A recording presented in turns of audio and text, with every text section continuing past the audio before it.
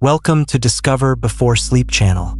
Today, we journey into the largest and most secretive empire stretching right beneath your feet. Ants are not just insects. They are a massive living machine composed of millions of parts. In this story, you will witness agriculturalists who grow their own fungal farms, engineers who build living rafts with their own bodies, and strategic geniuses who command armies through chemical codes. If you're ready to discover how ants have been ruling nature from behind the scenes for millions of years, let's begin. To support the channel and see more content like this, please don't forget to subscribe, hit the like button, and leave a comment below. In the dim light of a temperate forest floor, before the first rays of the sun have breached the canopy, the surface of the earth appears static. To the human eye, it is merely a carpet of decaying leaf litter and damp soil. But beneath the detritus, a complex biological machine is beginning to stir. As the ground temperature rises by a fraction of a degree, the first workers of the species Formica polyctena emerge from a small, inconspicuous opening in the soil. These foragers move with a rhythmic, erratic precision, their antennae sweeping the air in constant, flickering arcs. They do not rely on sight to navigate this subterranean exit. Instead, they are reading a chemical map laid down by their predecessors. Each individual is a single unit in a vast, decentralized intelligence, a society that has refined its survival strategies over millions of years of evolutionary pressure. The transition from the darkness of the nest to the external environment is a critical moment in the daily life of the colony. The worker ants, all of them sterile females, are the primary agents of the nest's metabolism. Their bodies are masterpieces of evolutionary engineering, encased in a rugged exoskeleton of chitin that serves as both armor and a structural frame for their powerful musculature. Unlike the internal skeletons of vertebrates, the ant's external casing provides a massive surface area for muscle attachment, allowing them to exert force far beyond their diminutive size. As they move across the moss, their 6 legs operate in a tripod gait, a movement pattern that ensures stability on the most uneven of terrains. This mechanical efficiency is the result of a lineage that stretches back to the mid-Cretaceous period, roughly 140 million years ago, when the ancestors of ants first diverged from stinging wasps. The evolutionary success of the Formicidae family is not merely a matter of physical strength, but of a profound shift in social organization. To understand the ant, one must look past the individual to the colony as a whole, a superorganism. In this biological framework, the individual ant is comparable to a single cell in a larger body. The queen functions as the reproductive system, the workers as the digestive and immune systems, and the pheromone trails as the nervous system. This collective existence allows ants to colonize almost every landmass on Earth, with the exception of Antarctica and a few remote islands. Today, there are over 14,000 described species, though estimates suggest nearly double that number may exist in reality. Their biomass is staggering, rivaling or even exceeding that of the entire human population, a testament to the efficacy of their social blueprint. Observation of a single forager reveals the complexity of ant physiology. Her head is dominated by the mandibles, versatile tools used for crushing, carrying, and grooming. Behind these are the maxillary palps, which assist in manipulating food. However, her most vital sensory organs are the geniculate or elbowed antennae. These are the primary interfaces through which the ant perceives her world. They are encrusted with thousands of sensilla, microscopic hairs and pegs that detect chemical signals, changes in humidity, and physical vibrations. As the forager moves further from the nest entrance, she is not wandering aimlessly. She is following a scent trail composed of volatile hydrocarbons. When her antennae touch the ground, they detect the specific chemical signatures left by her nestmates, allowing her to navigate a 3-dimensional landscape of smells. The internal anatomy of the ant is equally specialized. Within the narrow thorax lies the heart, a simple, tube-like vessel that pumps hemolymph, the ant's version of blood, toward the head. Unlike mammals, ants do not have lungs. Instead, they breathe through a series of small openings along the sides of their bodies called spiracles. These lead to a network of branching tubes known as tracheae, which deliver oxygen directly to the tissues. This system of passive diffusion is highly efficient at small scales but imposes a physical limit on how large an insect can grow. In the oxygen-rich atmospheres of the distant past, insects reached much larger proportions, but the modern ant is optimized for the microenvironments of the leaf litter and the soil. As the sun climbs higher, the activity at the nest entrance intensifies. The colony's thermoregulation is a matter of life and death for the developing brood deep below. In many species, workers will bask in the sun, absorbing heat into their dark exoskeletons, then retreat back into the tunnels to radiate that warmth to the larvae. This behavior demonstrates a sophisticated understanding of environmental variables. The nest itself is not just a hole in the ground. It is a climate-controlled fortress. Depending on the species, it may extend several meters into the earth or rise above the surface in a mound of thatched needles and soil. The architecture is designed to manage airflow, shed rainwater, and maintain a stable internal temperature, regardless of the fluctuating conditions outside. Communication is the glue that holds this architectural and social structure together. While humans rely primarily on visual and auditory signals, the world of the ant is defined by chemosensory perception. When a forager discovers a food source, perhaps the carcass of a beetle or a cluster of aphids, she does not keep this information to herself. She returns to the nest, her abdomen low to the ground, secreting a recruitment pheromone from her Dufour's gland or her hindgut. This chemical breadcrumb trail is a call to action. Other workers, sensing the trail with their antennae, are compelled to follow it. The strength of the trail is self-reinforcing. As more ants find the food and return to the nest, they add their own pheromones to the path, creating a positive feedback loop that allows the colony to rapidly exploit a resource before competitors arrive. This chemical language is incredibly nuanced. Ants produce different pheromones for alarm, for identifying nestmates, for marking territory, and for signaling the health of the queen. These substances are often blends of dozens of different chemicals, and the specific ratios can convey complex information. When an ant is crushed or threatened, she releases an alarm pheromone that triggers a state of high alert in nearby workers, causing them to abandon their current tasks and rush toward the source of the disturbance with mandibles open. This immediate, localized response allows the colony to defend itself without the need for a central command structure. The mechanical precision of the individual worker is driven by a sensory world far more alien than it appears. Beyond pheromones, ants utilize tactile and vibrational communication to synchronize their efforts. When two workers meet on a trail, they engage in antenation, a rapid, rhythmic drumming of their antennae against one another.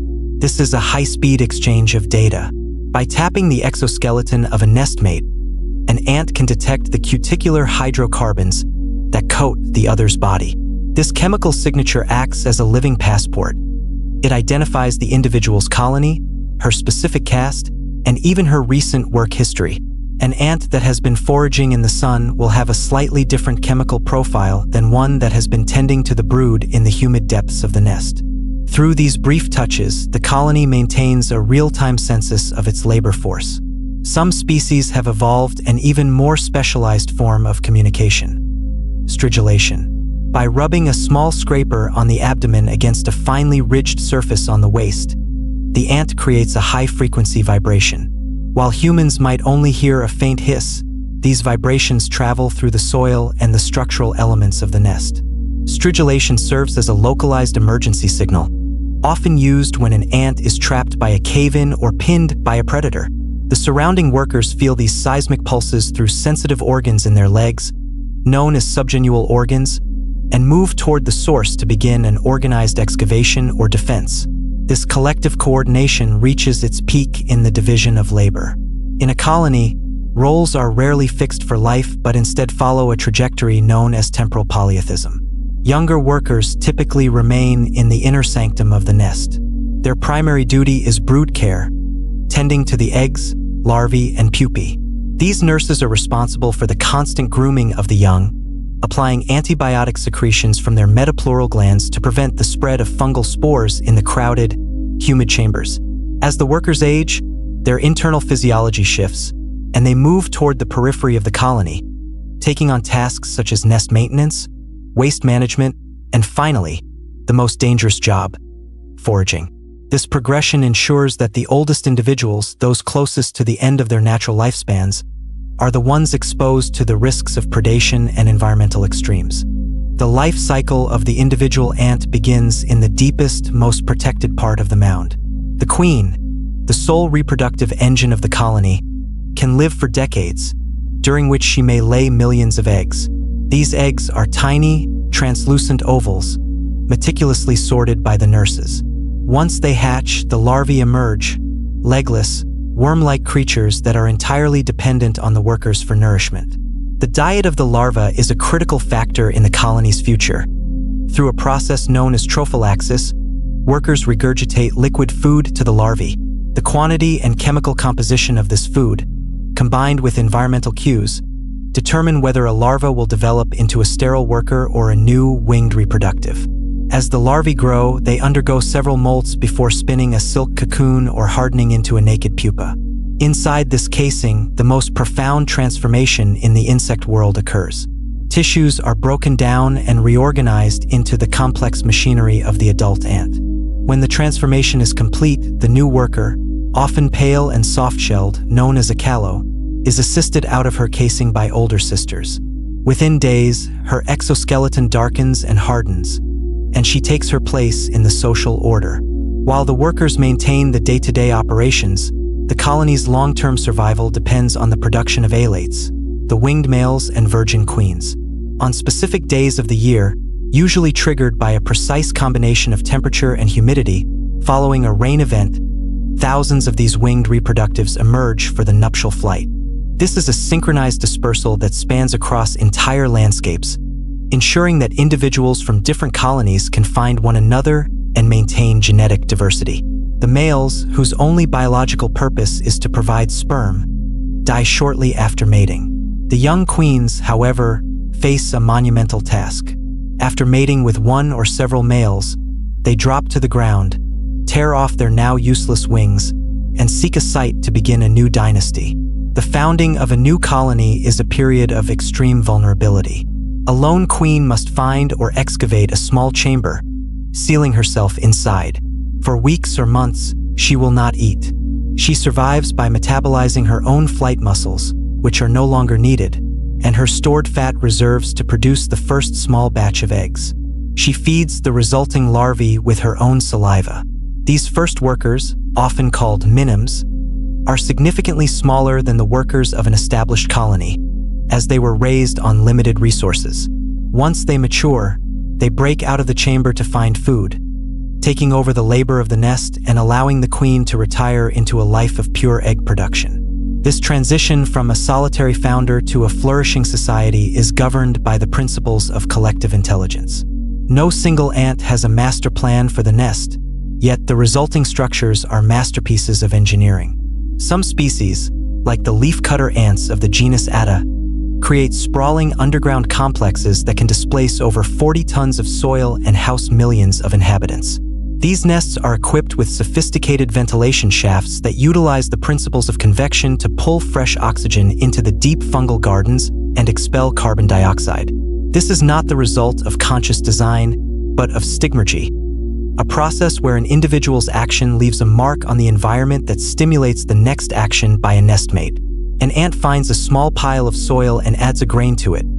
The growing pile then becomes a chemical and physical signal for others to do the same, eventually resulting in the formation of a complex tunnel or a massive mound. The mechanical stability of the colony allows for specialized ecological niches that border on the industrial. Among the most sophisticated are the leafcutter ants of the neotropics. These insects do not eat the vegetation they harvest. Instead, they are the world's first farmers, practitioners of a complex form of animal-fungus mutualism that predates human agriculture by 50 million years. A column of leafcutters can strip a tree of its foliage in hours, their serrated mandibles vibrating at high frequencies to slice through tough cellulose like a powered saw. They carry these fragments, often many times their own body weight, back to the nest in a continuous green caravan. Inside the subterranean chambers, the leaves undergo a multi-stage processing system. Smaller workers, specialized for indoor labor, take the fragments and chew them into a moist pulp, neutralizing the plant's natural chemical defenses with their saliva. This pulp is then seeded with a specific strain of fungus, Leucoagaricus gongylophorus. The ants provide the substrate and protection. In return, the fungus produces specialized nutrient-rich structures called gongylidia, which serve as the colony's primary food source. This is a strictly obligate relationship. The fungus can no longer survive without the ants to weed out parasitic molds, and the ants cannot survive without the fungus to break down the indigestible cellulose of the rainforest. This level of agricultural sophistication requires rigorous waste management. The metabolic processes of the fungus and the ants generate significant waste and heat.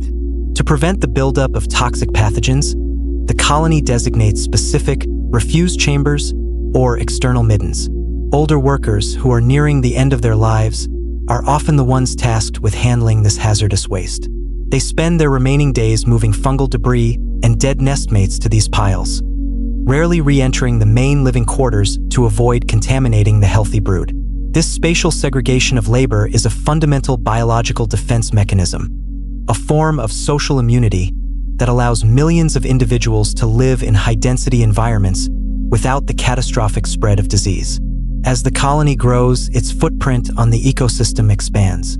Ants are among the most significant ecosystem engineers on the planet. Through their constant excavation, they aerate the soil, allowing oxygen and water to reach the roots of plants that would otherwise struggle in compacted earth. They are the primary movers of organic matter into the deep soil layers. When an ant colony abandons a nest or when a queen dies, the enriched soil left behind becomes a hotspot for plant growth, often altering the local floral composition for decades. In many environments, ants replace earthworms as the primary drivers of soil health, cycling nutrients with a speed and scale that is often overlooked because it happens beneath the surface. Beyond the soil, ants have formed intricate symbiotic bonds with the botanical world. Myrmecophyte or ant plants have evolved specialized structures to house and feed specific ant species.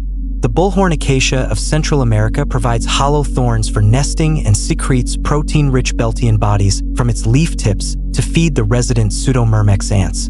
In exchange for this room and board, the ants act as a highly aggressive private security force.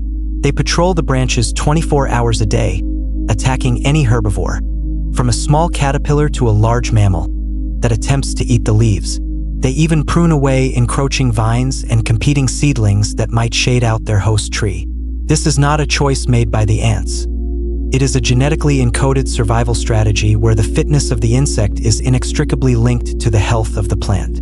However, the cooperative nature of ant societies has a dark mirror: the capacity for large-scale, organized conflict.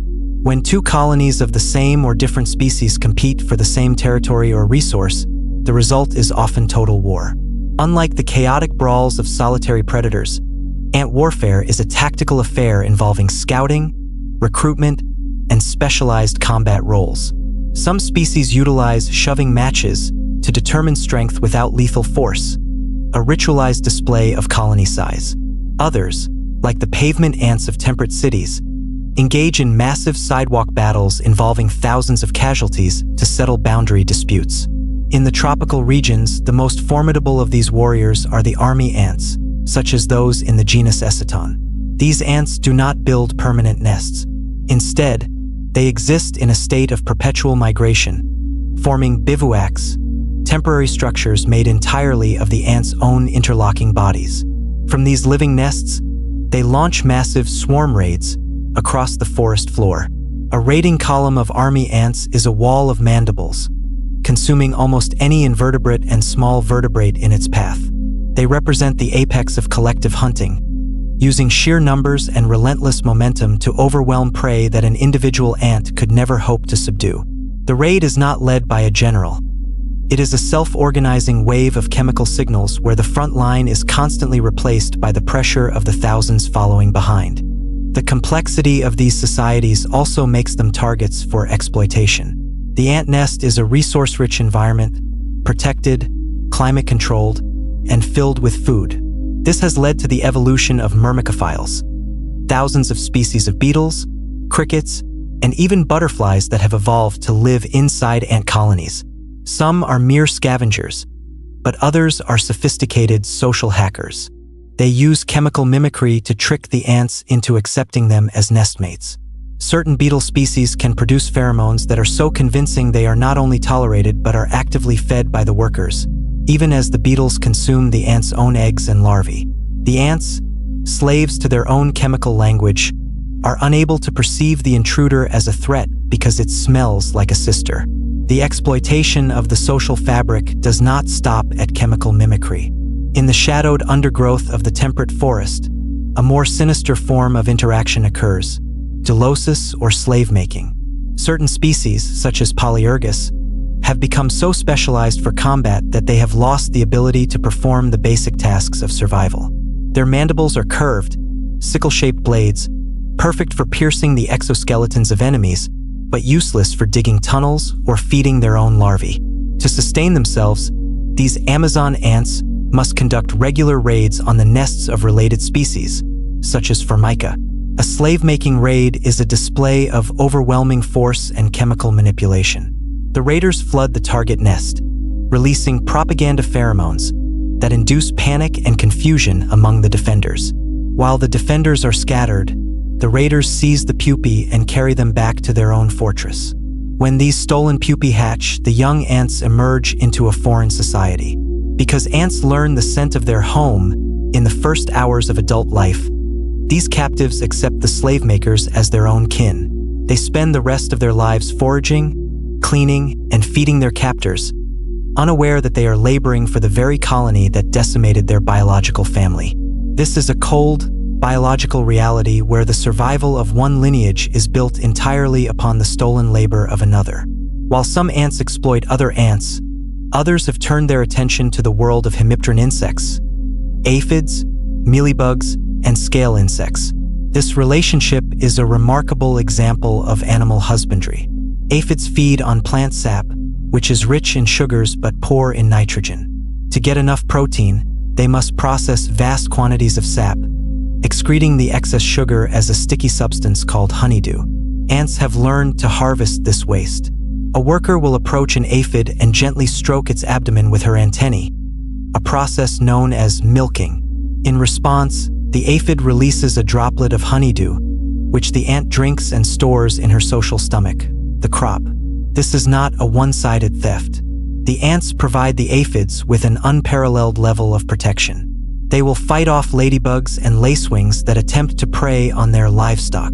In some instances, ants will even carry aphids to new, healthier plants to ensure the honeydew continues to flow. Some species go as far as taking aphid eggs into their own nests during the winter, sheltering them from the frost and returning them to the host plants in the spring. This pastoral lifestyle allows ant colonies to tap into a massive, renewable energy source, fueling the growth of massive populations that would be unsustainable through hunting and gathering alone. The energy harvested from honeydew and insect prey is converted into the physical expansion of the nest. Ant architecture is a study in functional complexity without a central architect.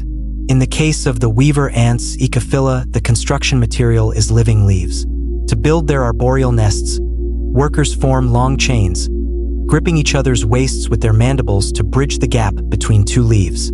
They pull the edges together with collective strength that defies the weight of the individual. Once the leaves are aligned, other workers bring forward the colony's larvae. These larvae possess specialized silk glands, normally used to spin cocoons. The adult ants gently squeeze the larvae, stimulating them to produce silk threads, which the adults use like a living glue gun to stitch the leaves together. This use of the younger generation as a biological tool is a unique adaptation that allows weaver ants to dominate the forest canopy. This mastery of the environment is underpinned by a sensory system that extends beyond chemicals and touch. Recent research has revealed that ants are sensitive to the Earth's magnetic field, using it as a backup compass when visual landmarks or pheromone trails are absent. Some desert-dwelling species, like Cataglyphus, live in environments where the heat is so intense that pheromone trails would evaporate in seconds, and the shifting sands erase all visual cues. These ants utilize path integration, an internal mathematical calculation that tracks every turn and every step taken during a foraging run.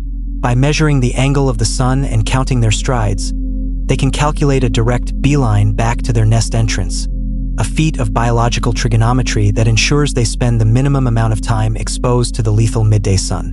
The navigational prowess of the ant is matched by their internal clock.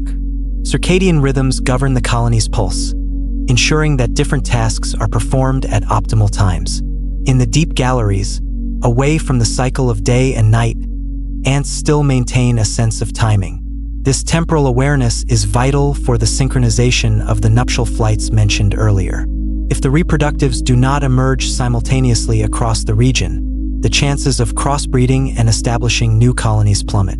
The biological clock of the ant is not just an individual trait, but a collective synchronization that binds the thousands of inhabitants of a mound to the wider rhythm of the planet.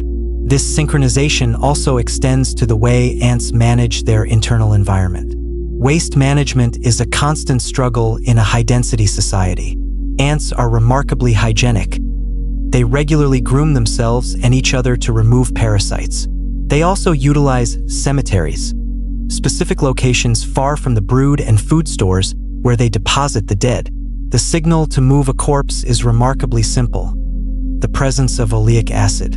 When an ant dies, its body begins to decompose, releasing this specific fatty acid. Even if a perfectly healthy ant is experimentally painted with oleic acid, its nestmates will treat it as a corpse, carrying it to the cemetery despite its visible struggles. It is a stark reminder that in the world of the ant, the chemical signal is the ultimate truth, overriding all other sensory input. The chemical imperative that dictates the movement of the dead is a window into the broader biological economy of the colony. Efficiency is the primary selective pressure. In the subterranean labyrinth, there is no room for wasted energy or redundant movement. This efficiency is most visible in the process of foraging, where ants solve complex mathematical problems without a central processor. When a scout discovers a food source, the resulting pheromone trail is not static. It is an evolving data stream. If multiple paths exist to a resource, the shorter path will naturally be traversed more quickly. Consequently, the pheromones on the shorter path are reinforced more frequently, while the longer path's scent begins to evaporate.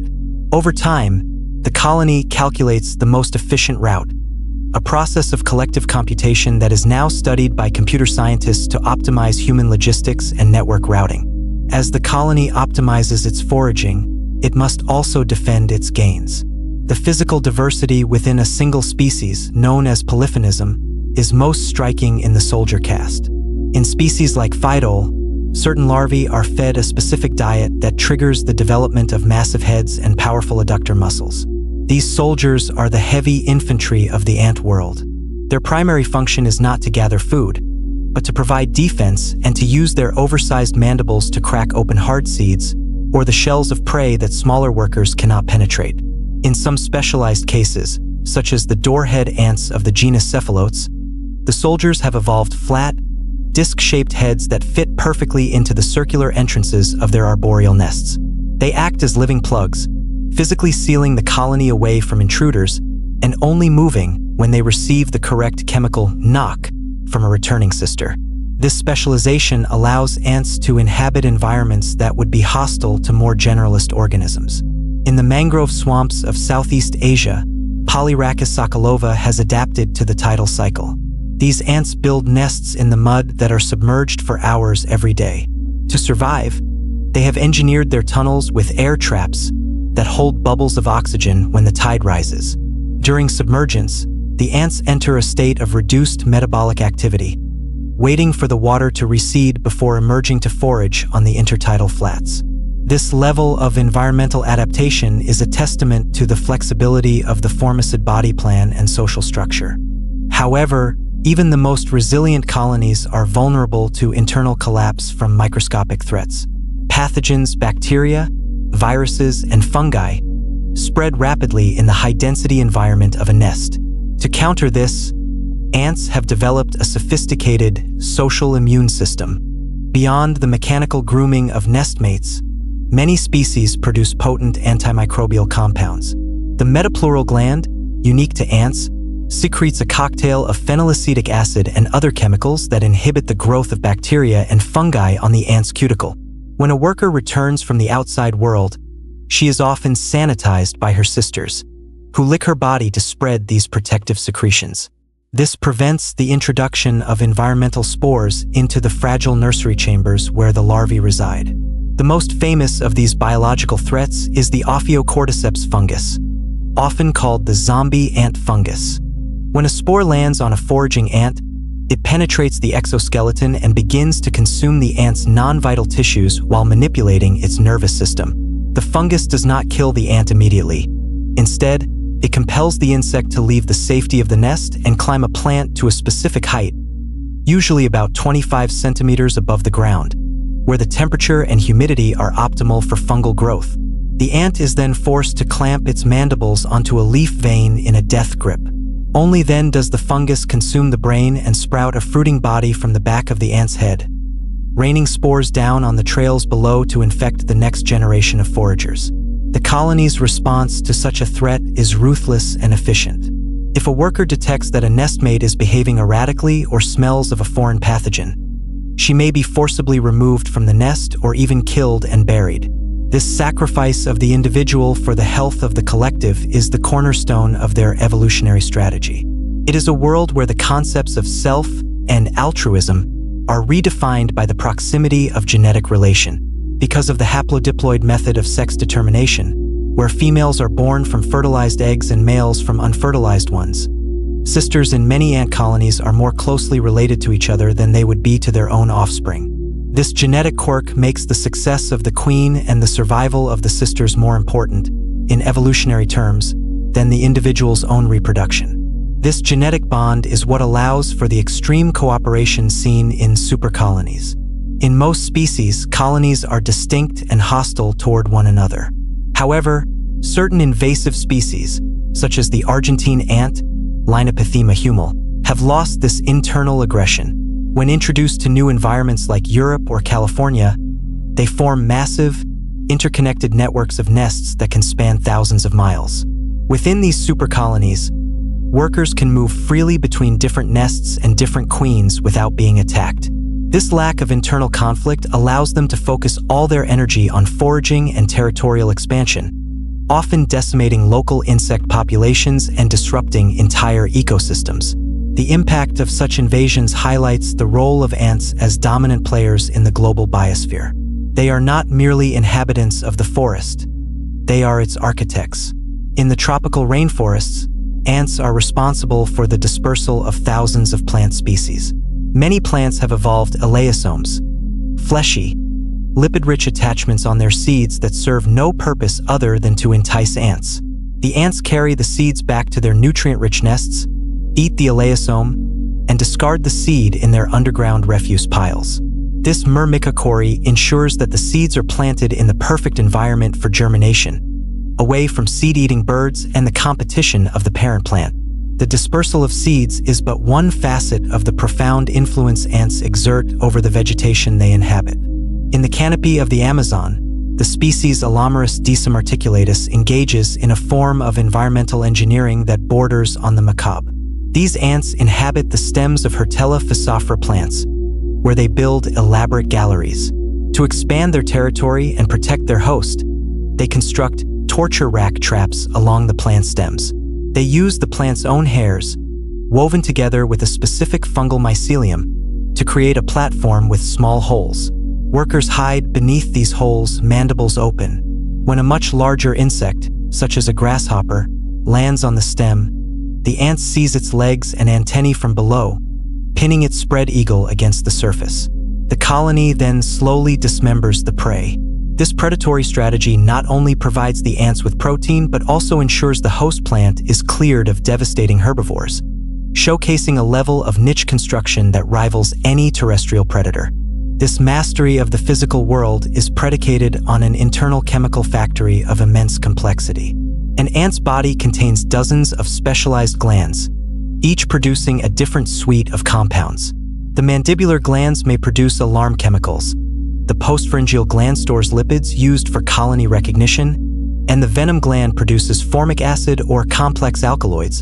In the case of the fire ant, Solenopsis invicta, the venom is a potent cocktail of solenopsins, alkaloids that exhibit necrotic, hemotoxic, and even insecticidal properties.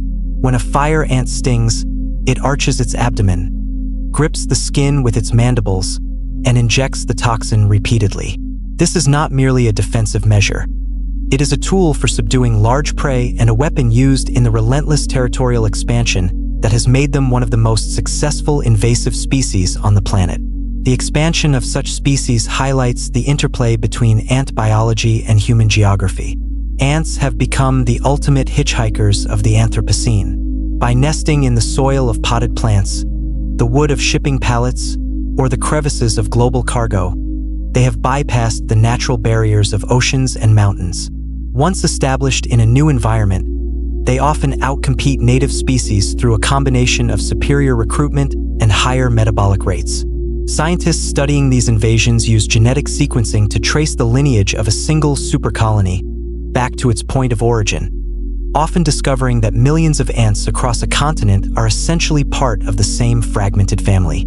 This global spread is a modern reflection of the very traits that made ants successful in the first place: adaptability, collective resilience, and an uncompromising focus on the survival of the collective over the individual. As we observe the colony under the midday sun, the intensity of the work reaches its peak. The foraging arena, the area around the nest, is a zone of constant energy exchange. Ants are not just collectors of food, they are managers of energy. In many ecosystems, ants are the primary predators of other insects, acting as a natural check on populations of caterpillars, beetles, and flies. It is estimated that in a single hectare of tropical forest, ants may consume several million individual prey items per year. This predatory pressure drives the evolution of the entire insect community, forcing other species to develop camouflage, chemical defenses, or even their own symbiotic relationships with ants to survive. This ecological pressure is mirrored in the way ants manage their own dead and dying. The hygiene of the nest is a rigorous biological protocol. When an ant begins to die, her chemical profile changes. The volatile compounds of a living worker begin to fade, replaced by the telltale scent of decay. Special undertaker workers, a subset of the older forager caste, are sensitive to these changes. They carry the deceased far from the nest entrance, often to specific dumping grounds known as middens. This behavior minimizes the risk of necrotrophic pathogens infecting the colony. If a colony is forced to move, they will often leave their old middens behind, starting fresh in a clean environment. A primitive but effective form of public health management that has protected these societies for eons. The sheer scale of ant activity has led to the development of swarm intelligence models in modern science. By observing how ants find the shortest path to a food source or how they allocate workers to different tasks without any central leader, researchers are developing algorithms for everything from autonomous drone swarms to the optimization of telecommunication networks. The ant does not know why it follows a pheromone trail. It simply responds to a chemical gradient. Yet, the result of these thousands of simple interactions is a sophisticated, flexible, and robust system that can solve problems far beyond the capacity of any single individual. This bottom-up organization is one of the most powerful concepts in modern biology, revealing how complexity can emerge from simplicity. Even in the most stable colonies, the environment presents constant challenges. In the floodplains of the Amazon or the monsoon-prone regions of Asia, ants have evolved to survive the inundation of their world. Some species, like the fire ants mentioned earlier, exhibit a remarkable collective behavior when faced with rising waters. They gather their entire colony, queen, workers, and brood, and link their bodies together to form a living raft. The hydrophobic nature of their exoskeletons and the thousands of tiny air bubbles trapped between their interlocking legs allow the raft to float. The queen and the larvae are kept safely in the center, above the waterline, while the workers on the bottom rotate to the top to breathe. These living vessels can drift for weeks until they strike dry land, at which point the ants immediately begin excavating a new home. This resilience is further demonstrated in the way ants manage their resources during times of scarcity. In arid environments, certain species have evolved repletes, workers whose abdomens can distend to the size of a marble, filled with liquid nutrients. These ants, often called honeypot ants, hang from the ceilings of deep underground chambers, serving as living storage tanks. During the brief rainy season, the foragers gather excess nectar and honeydew, feeding it to the repletes. When the dry season arrives and food becomes scarce, the repletes regurgitate the stored sugar to feed their nestmates. This biological pantry allows the colony to survive in environments where most other life would perish from dehydration or starvation. The study of these repletes and other specialized castes reveals the plasticity of the ant genome. Every female in the colony possesses the same genetic blueprint, yet depending on the environmental cues and the nutrition she receives as a larva, she can become a tiny nurse, a massive soldier, or a winged queen. This ability to generate diverse physical forms from a single set of genes is a major area of focus for epigenetic research. By understanding how an ant colony decides to produce more soldiers or more foragers, scientists are gaining insights into how complex organisms regulate their own development and respond to a changing world. The regulation of these developmental pathways is not merely an internal biological process. It is a response to the external pressures of the ecosystem. In the competitive landscape of the African savanna, the species mesocephalotes, or harvester ants, demonstrate a different form of resource management. These ants are primarily granivores, specializing in the collection and storage of seeds. Their work begins with the clearing of mowing circles, vast areas around the nest entrance where all vegetation is stripped away to prevent predators from approaching unseen and to reduce the risk of fire. Inside the nest, specialized workers with massive, broad mandibles function as millers. They take the harvested seeds and meticulously strip away the husks, then grind the nutrient-rich interiors into a paste known as ant bread. By mixing the seed flour with saliva, they create a shelf-stable food source that can sustain the colony through the long, unpredictable dry seasons. This focus on storage and processing is a hedge against the volatility of the environment. However, the harvester ant's life is governed by more than just the seasons. They are part of a complex web of interactions with the soil itself. As they clear their circles and excavate their deep silos, they relocate minerals and organic matter, fundamentally changing the chemistry of the earth. Studies have shown that the soil within and around harvester ant mounds has significantly higher levels of nitrogen, phosphorus, and potassium than the surrounding terrain.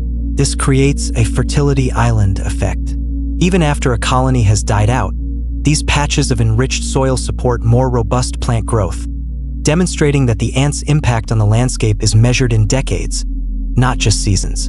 The precision of this landscape engineering is matched by the intricate sensory systems used for navigation. In the dense undergrowth of the forest, where the sun may be obscured, ants utilize a method known as optic flow. As an ant moves, the images of her surroundings move across her compound eyes. By measuring the speed and direction of this visual motion, she can estimate the distance she has traveled and the turns she has made. This is integrated with information from her internal odometer, a mechanism that counts the number of steps taken. This multimodal navigation system, combining chemical, solar, magnetic, and visual cues, ensures that even in the most chaotic environments, the forager can return to the exact millimeter of her nest entrance with a payload of food. The compound eyes of the ant are themselves marvels of evolutionary adaptation. Composed of hundreds of individual units called ommatidia, they do not produce a high-resolution image like the human eye. Instead, they are exceptionally sensitive to movement and to the polarization of light. This allows ants to detect the position of the sun even on a completely overcast day, as they can see the patterns of polarized light in the sky that are invisible to us. For an insect whose world is often limited to the two-dimensional plane of the soil or the three-dimensional tangle of the canopy, this celestial compass is an infallible guide.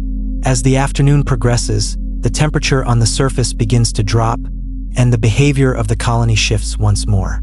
For many species, this is the time for nest maintenance. Workers can be seen carrying small pebbles, twigs, and bits of dried mud to the surface, carefully placing them to reinforce the mound or to adjust the angle of the ventilation shafts.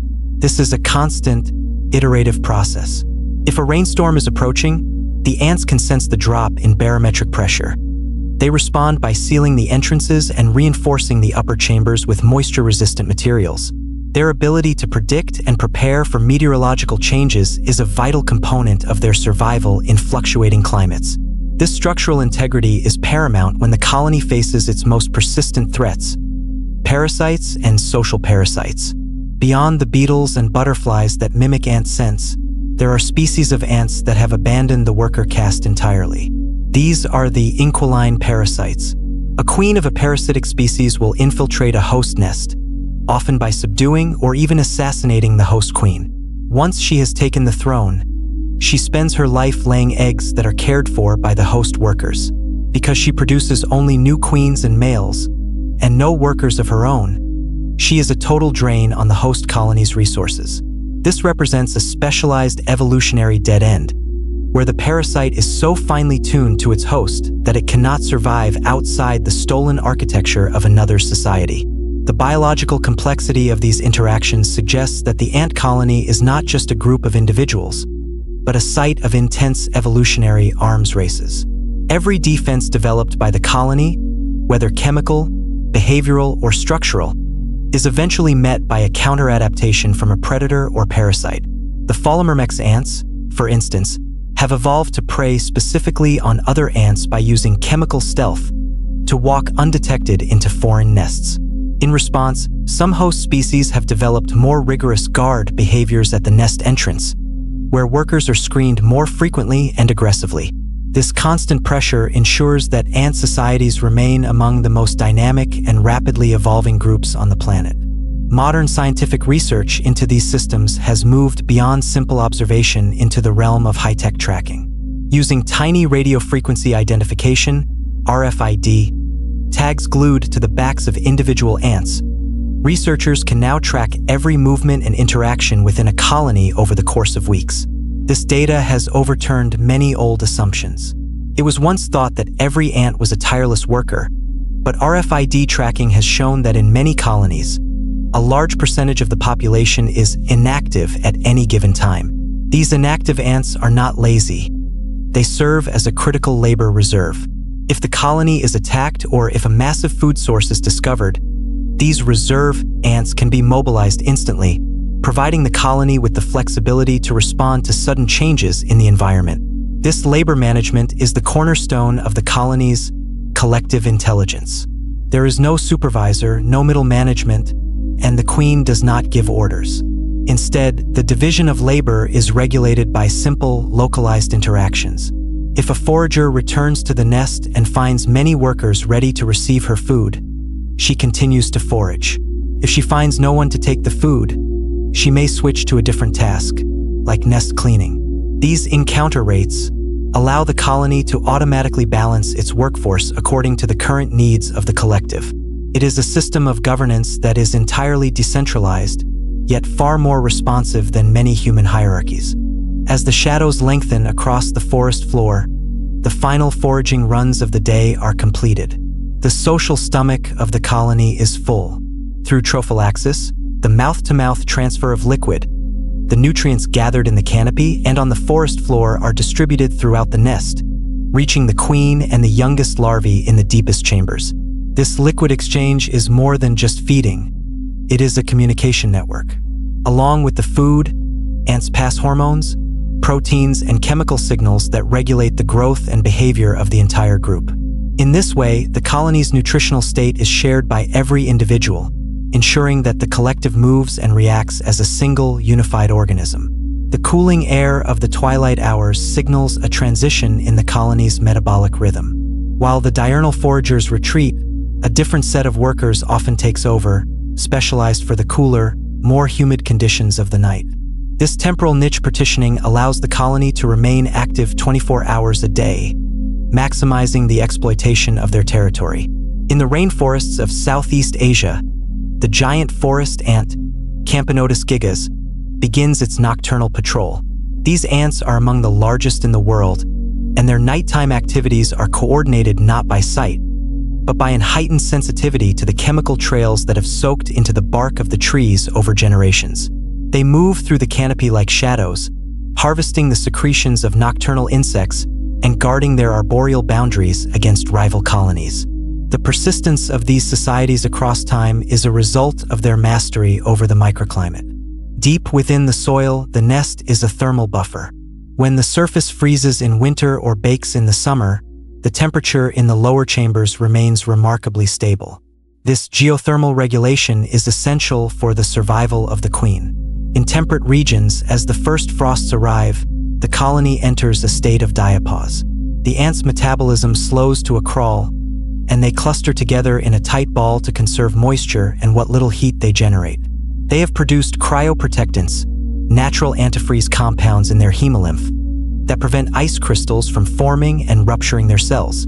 They will remain in this suspended state for months, waiting for the precise soil temperature that signals the return of spring. This seasonal cycle highlights the long-term strategic planning of the superorganism. The colony does not merely live for the day, it accumulates capital in the form of stored nutrients and a healthy, growing population of workers. This colony-level fitness is the metric by which success is measured in the natural world. It is not enough for an individual to survive. The lineage must persist. This is why ants are often seen engaging in seemingly suicidal behavior. A worker will throw herself into the mandibles of a predator to slow its advance on the nest, or seal herself into a tunnel during a flood to create a living dam. These acts of extreme altruism are the logical conclusion of a system where the individual's genetic legacy is entirely tied to the survival of her sisters and her queen. The physical structures ants build to facilitate this survival are as varied as the environments they inhabit. In the savannas of Australia, magnetic termites are famous for their north-south oriented mounds, but certain ant species utilize similar principles of bioclimatic engineering. By aligning the long axis of their mounds to capture the morning sun while minimizing exposure to the harsh midday heat, they create a passive solar heater. Inside, the tunnels are not haphazardly dug. They are organized by function. The upper levels, which are warmer, serve as incubators for the pupae. The middle levels house the adult workers and the social stomach food stores. The deepest levels, often reaching the water table, provide the humidity necessary to keep the queen's delicate cuticle from desiccating. This architectural sophistication extends to the very materials they use. Ants were the world's first manufacturers of composite materials. By mixing harvested silk, soil, leaf pulp, and glandular secretions, they create chitin, a tough, paper-like substance used to build walls and chambers in the canopy. Some species of Azteca ants in Central America build massive, bulbous chitin nests that encircle the branches of their host trees. These structures are reinforced with fungal hyphae, which the ants intentionally cultivate to act as a structural binder. The fungus grows through the chitin, its microscopic threads weaving the wood fibers together into a material that is both lightweight and incredibly resilient to the torrential rains of the tropics.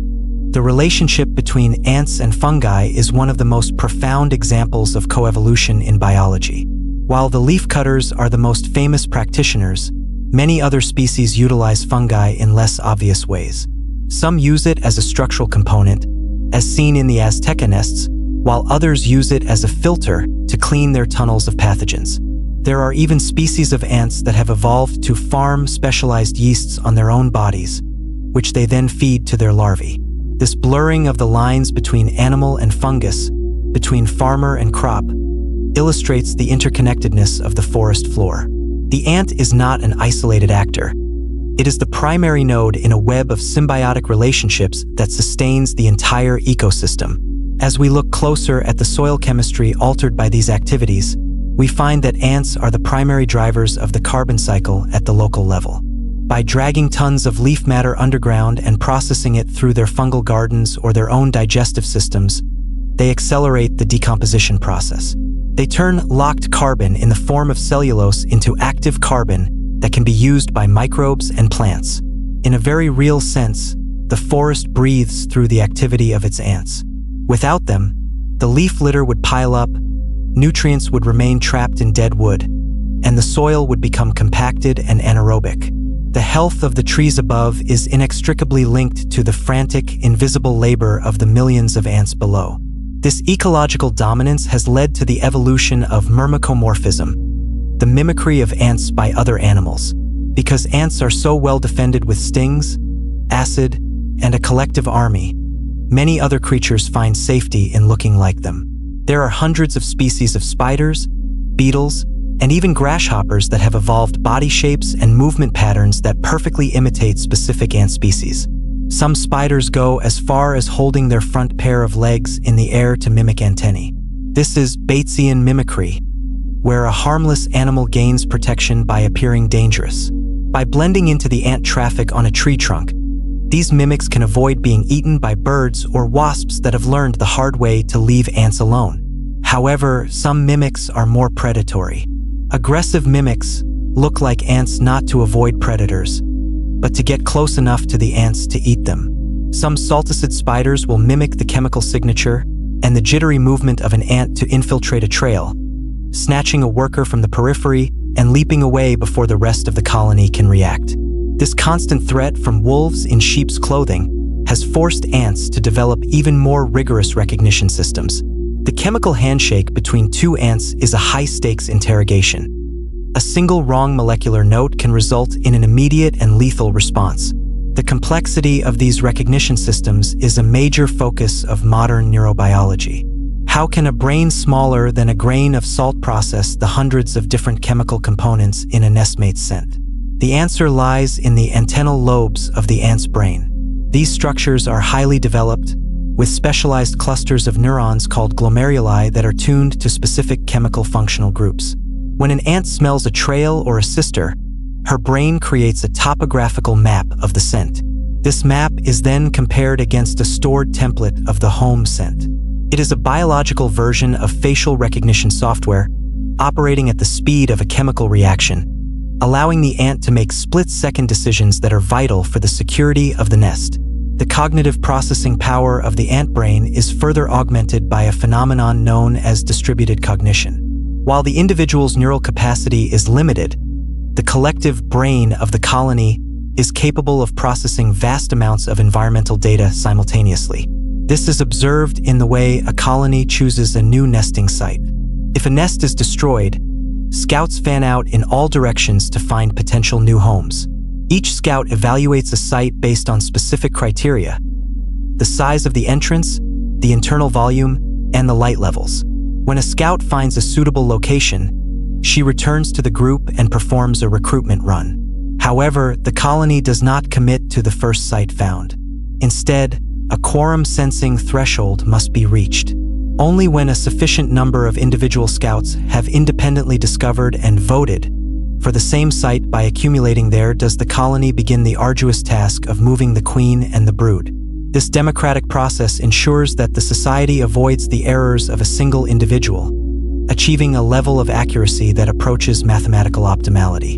The movement to a new nest is one of the most organized events in the natural world. It is a total mobilization. Workers carry the larvae and pupae in their mandibles, protecting the fragile future of the colony with their own bodies. In some species, tandem running is used to guide nestmates to the new location. One ant who knows the way leads another who does not. The follower stays in constant contact with the leader's abdomen using her antennae. If the contact is broken, the leader stops and waits for the follower to catch up.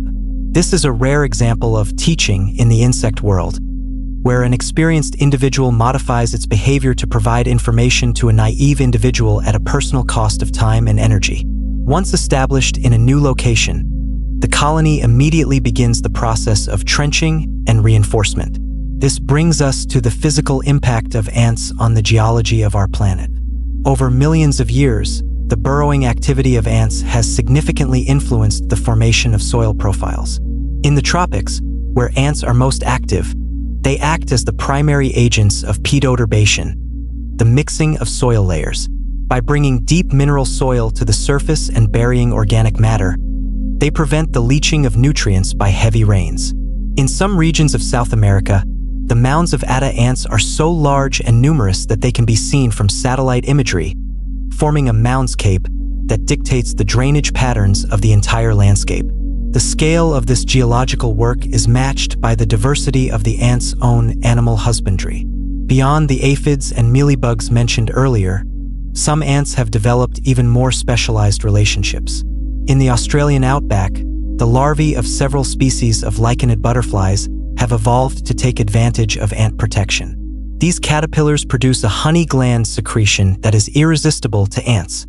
In exchange for this sugar, the ants act as a 24-hour security detail. However, the caterpillars have a second, more deceptive tool. They can mimic the acoustic signals, the stridulations of the ant queen. By singing like royalty, the caterpillar tricks the ants into carrying it into the heart of the nest, where it is treated with more care than the ant's own larvae. Some of these butterfly species have become so specialized that their larvae actually prey on the ant brood while being guarded by the very workers they are robbing. This world of deception and counter-deception is a testament to the evolutionary age of the Formicidae. Having existed for over 100 million years, they have had ample time to weave themselves into the life cycles of almost every other terrestrial organism. This includes the floral world, where extrafloral nectaries have evolved in thousands of plant species. Unlike the nectar found in flowers, which is designed to attract pollinators, extrafloral nectar is produced on leaves or stems specifically to attract ants. By providing a steady supply of sugar, the plant ensures a permanent garrison of bodyguards to fend off herbivores. This is a low-cost, high-reward defense strategy for the plant, as the ants are far more aggressive and mobile than any chemical toxin. The efficiency of these defensive partnerships is mirrored in the ants' internal waste management systems. As a colony grows, the risk of biological fouling increases. To combat this, ants utilize waste workers who specialize in handling hazardous materials. These workers rarely interact with the queen or the larvae, effectively creating a quarantine within the social structure. In some species, workers even utilize the antimicrobial properties of certain resins gathered from trees. They incorporate these resins into the walls of the nest, creating a chemically sterile environment that prevents the growth of lethal bacteria. This use of external medicine predates human pharmacy by millions of years and is a key reason why ants can survive in the damp, pathogen-rich environments of the soil. As we observe a colony over the span of many years, we see that the superorganism itself has a life cycle.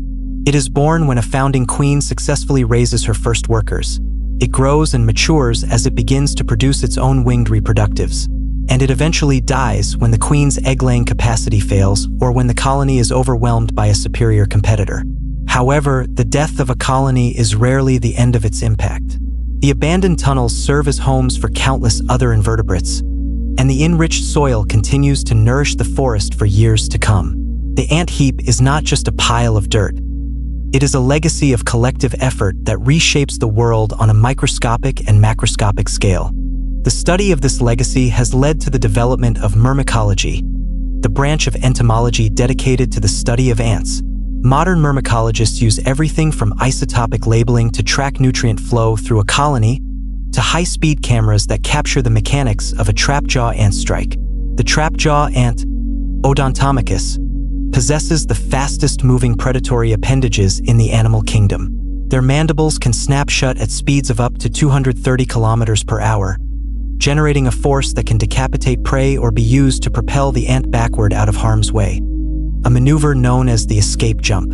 This mechanical marvel is a perfect example of how evolution can push the limits of physics to solve the problems of survival and predation. The mechanical force generated by the trapjaw is a microcosm of the specialized physical adaptations that define different lineages within the Formicidae. While Odontomachus uses speed, other species have evolved for absolute endurance.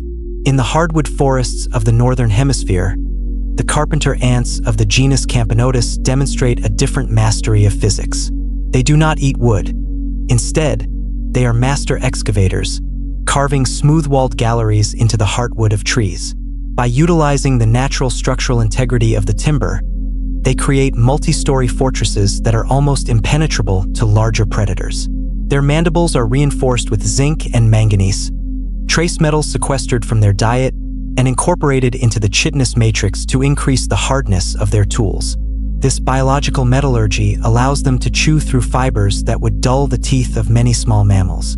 The complexity of these physical structures is matched by the intricate chemistry of the colony's internal economy. One of the most critical aspects of this economy is the regulation of nitrogen. Ants are often nitrogen limited, particularly those that feed primarily on carbohydrate-rich honeydew or nectar.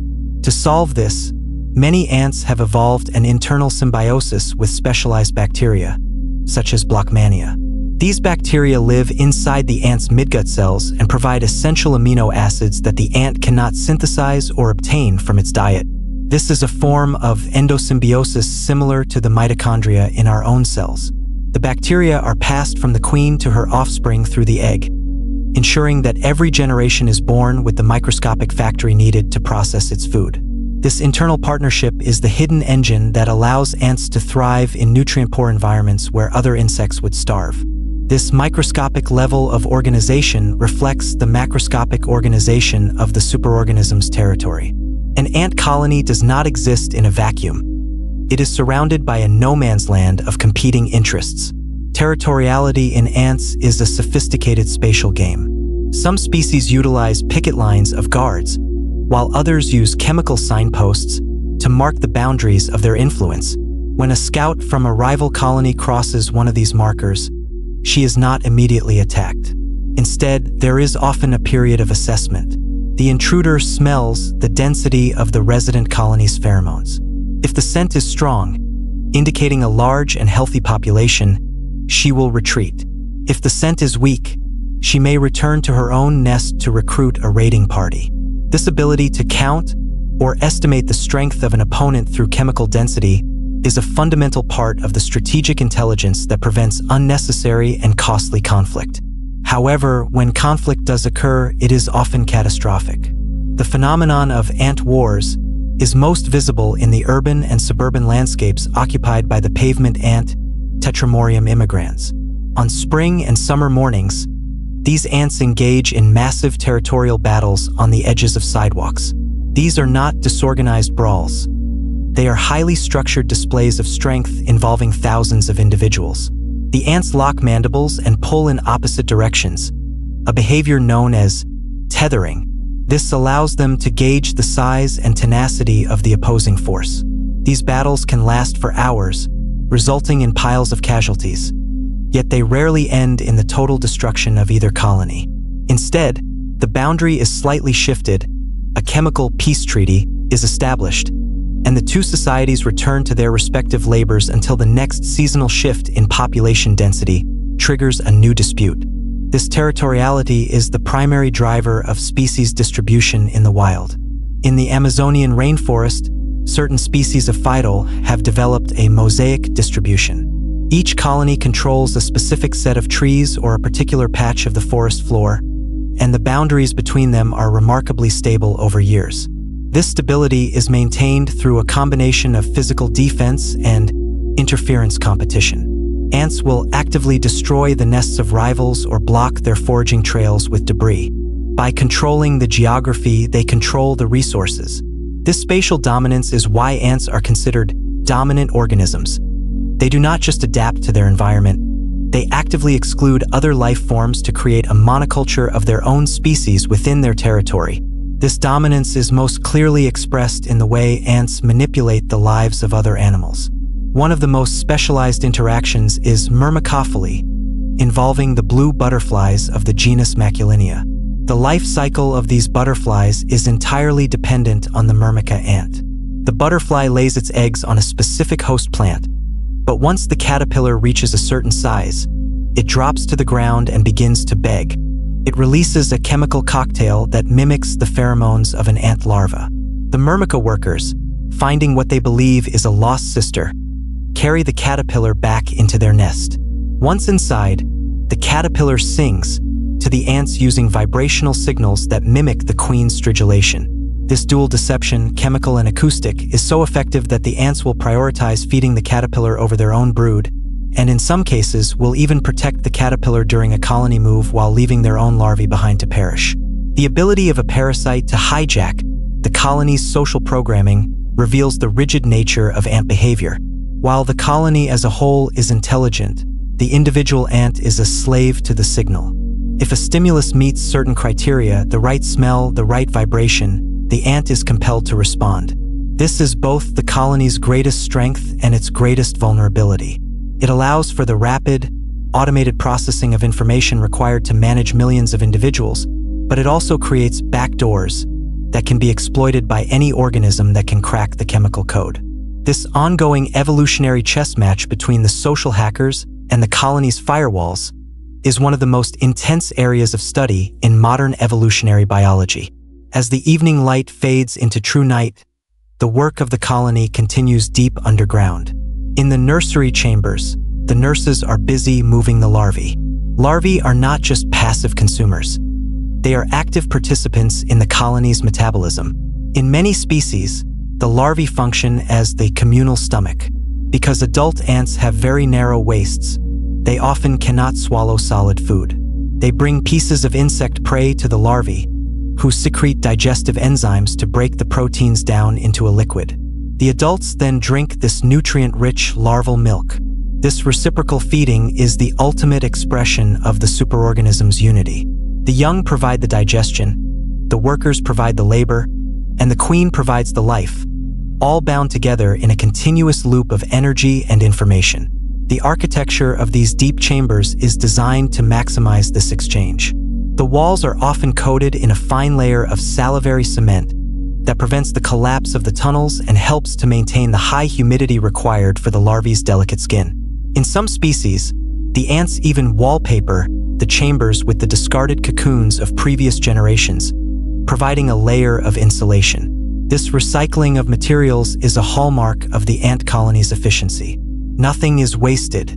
Even the carbon dioxide exhaled by the millions of inhabitants is channeled through a system of passive chimneys that use the Venturi effect to pull fresh air into the nest, ensuring that the oxygen levels never drop below the threshold for survival. The maintenance of this atmospheric equilibrium is a precursor to the colony's most significant investment, the production of the next generation of dispersers. As the seasons cycle, the colony transitions from a state of internal growth to one of external expansion. Deep within the protected vaults, the queen begins to lay eggs that will not become workers. These are the reproductives, the gynas and the males. Their development is a resource-heavy process. They are fed the highest quality proteins, often receiving specialized royal jelly-like secretions from the nurses. Unlike the workers, these individuals possess fully developed wings and large, complex eyes designed for the three-dimensional navigation of flight. This investment phase is a gamble for the superorganism. It requires a massive diversion of energy from the labor force to create individuals that will soon leave the nest forever. The timing of their departure is a masterpiece of environmental synchronization. Across the landscape, thousands of separate colonies of the same species wait for a specific set of meteorological cues. This is often the arrival of the first heavy rains after a period of drought, or a precise drop in evening temperature combined with a rise in humidity. When the conditions are met, the colony's behavior changes instantly. The usual rhythmic foraging ceases. Workers, usually protective and hidden, pour out of the nest in a frantic swarm, but they are not there to forage. They are there to clear the launch sites. They drag away debris and even act as a physical buffer, creating a perimeter of defense around the nest entrance. Then the alates emerge. The winged males, small and often wasp-like in appearance, take to the air first, followed by the larger, more robust virgin queens. This is the nuptial flight. In the air, the sky becomes a chaotic arena of genetic exchange. These flights can involve millions of individuals from hundreds of different colonies, a strategy that ensures maximum genetic recombination and minimizes the risk of inbreeding. The males fly into mating swarms, often gathering around prominent landmarks like a tall tree or a hilltop. The females fly through these swarms, mating with one or several males before falling back to the earth. For the males, this is the end of their biological narrative. Their simplified digestive systems and limited energy reserves mean they will die within hours of the flight. The mated queen, however, is now the vessel for the future of her lineage. Her first act upon landing is a physical shedding of her past. She reaches back with her legs and mandibles and tears off her own wings. They are no longer needed and would only serve as an impediment in the subterranean life she is about to begin. She then seeks a location to excavate her first claustral chamber. This is a period of extreme physiological stress. As she seals herself into the damp earth, She begins the transition from a mobile, airborne organism to a sedentary, egg-laying machine. She will not eat again for weeks or even months. She survives by metabolizing her own wing muscles, now useless, and her stored body fat to produce the first small batch of eggs. This process of histolysis, the breakdown of internal tissues for nutrient recycling, is a remarkable example of physiological efficiency in the face of starvation. While the new queen establishes her dynasty, the old colony must deal with the aftermath of the dispersal.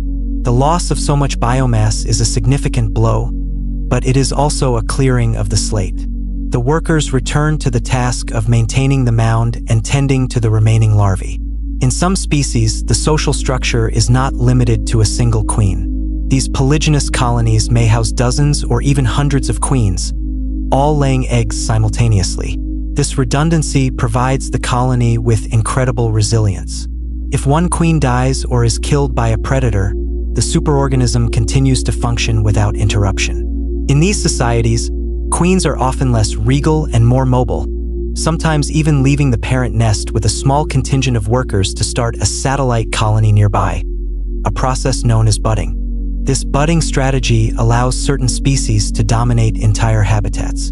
In the forests of the northern hemisphere, the redwood ant, Formica rufa, creates vast networks of interconnected mounds. A single federation of these ants can consist of hundreds of nests housing millions of queens and billions of workers. These nests are not hostile to one another. Instead, they exchange food, workers, and even brood through a system of trunk trails. These are permanent, cleared highways on the forest floor that can be several centimeters wide and dozens of meters long. This level of cooperation across such a vast scale represents one of the most complex social structures in the animal kingdom, rivaled only by human civilization. The ecological impact of these wood ant federations is profound. They are the primary predators of the forest canopy, harvesting thousands of caterpillars and sawfly larvae every day. This predatory pressure acts as a vital check on forest pests, protecting the trees from defoliation. In return, the ants ranch vast numbers of aphids on the branches above, harvesting the honeydew that fuels the high-energy demands of the colony. This balance between predation and pastoralism makes the wood ant a keystone species. If they are removed, the entire forest ecosystem shifts. Bird populations that rely on the same insects may decline, and tree growth can be stunted by the unchecked rise of herbivores. The study of these complex networks has led to a new understanding of biological resilience. How does a system with billions of individual parts remain stable over decades? Part of the answer lies in the ant's ability to manage information. Within a wood ant federation, information about a new food source or a distant threat travels through the network via the exchange of workers. This social gossip allows the entire federation to react to environmental changes that a single nest might not even perceive. It is a biological version of the internet, a decentralized, distributed system of information exchange that is robust against the failure of any single node. As we delve deeper into the sensory world of these distributed brains, we find that ants are not just passive recipients of chemical signals. They are active manipulators of their environment's chemical landscape. Some species produce attractant pheromones to guide nestmates, but they also produce repellent pheromones to mark exhausted or dangerous areas. This use of negative feedback is crucial for preventing the colony from wasting energy on dead ends. If a forager finds that a food source has been depleted, she marks the trail with a specific chemical that tells others to stay away. This prevents the traffic jams and resource wasting common in less organized species and allows the colony to rapidly reallocate its labor to more productive areas. The regulation of these chemical maps is a process of constant refinement. Even as the sun reaches its zenith, the colony's cartography is being rewritten. In the arid shrublands of the American Southwest, the harvester ant Pagonomyrmex demonstrates a level of collective caution that borders on the strategic. These ants do not simply forage, they manage a risk-reward budget. On days of extreme heat, the patroller ants, a specialized subset of the older workers, emerge first. They scout the surrounding terrain for several minutes. If they do not return, or if they return too slowly, the rest of the colony remains underground, conserving moisture and energy. This patroller system acts as a biological circuit breaker, preventing the colony from committing thousands of workers to a lethal environment based on a single successful return. It is a decision-making process that occurs at the nest entrance, where the rate of patroller returns is mathematically translated into the rate of forager departures. This sophisticated labor management is underpinned by the ant's ability to perceive the passage of time. Recent research into the circadian genes of ants has shown that even in the total darkness of the deep nest, individuals maintain a rhythmic cycle of activity and rest. However, this clock is not uniform across the colony. Foragers have a much stronger day-night rhythm, while the nurses tending the brood have a fragmented rhythm, waking and sleeping in short bursts to ensure the larvae are never left unattended. This specialization of the internal clock allows the superorganism to maintain a constant presence in the environment while ensuring that the critical internal functions of the nest are never interrupted. The internal environment of the nest is further stabilized by the ant's use of waste heat. In large colonies, the sheer metabolic activity of millions of individuals generates a significant amount of thermal energy. In the case of the mound-building Formica ants, this heat is trapped by the insulating properties of the thatch, the layer of dry needles and twigs that covers the mound.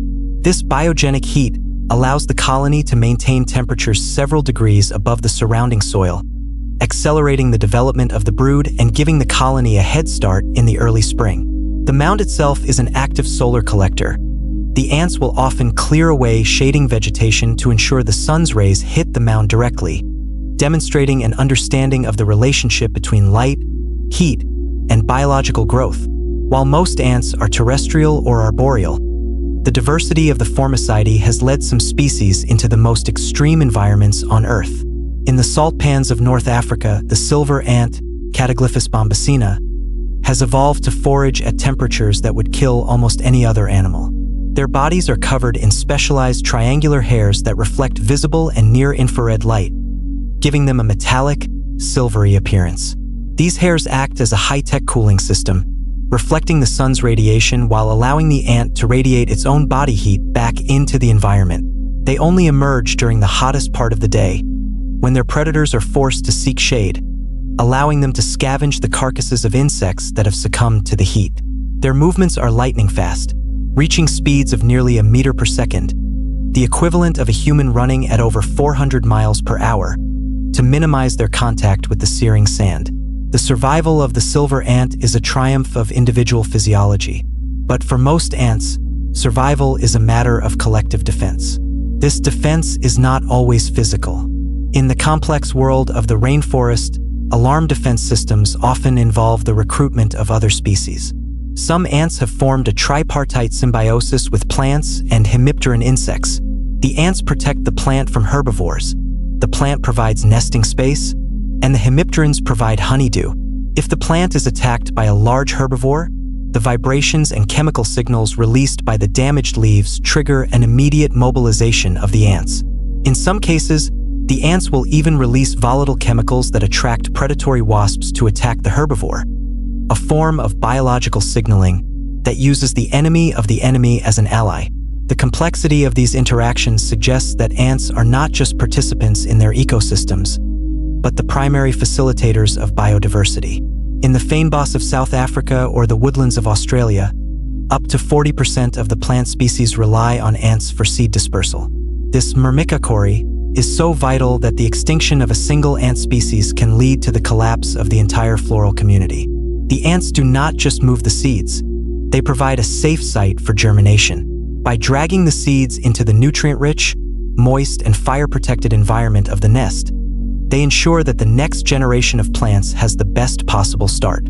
In fire-prone ecosystems, the ants' subterranean silos are the only reason many plant species survive the periodic infernos that sweep the surface. This role as a protector of the future is also seen in the way ants interact with the soil's microbial life.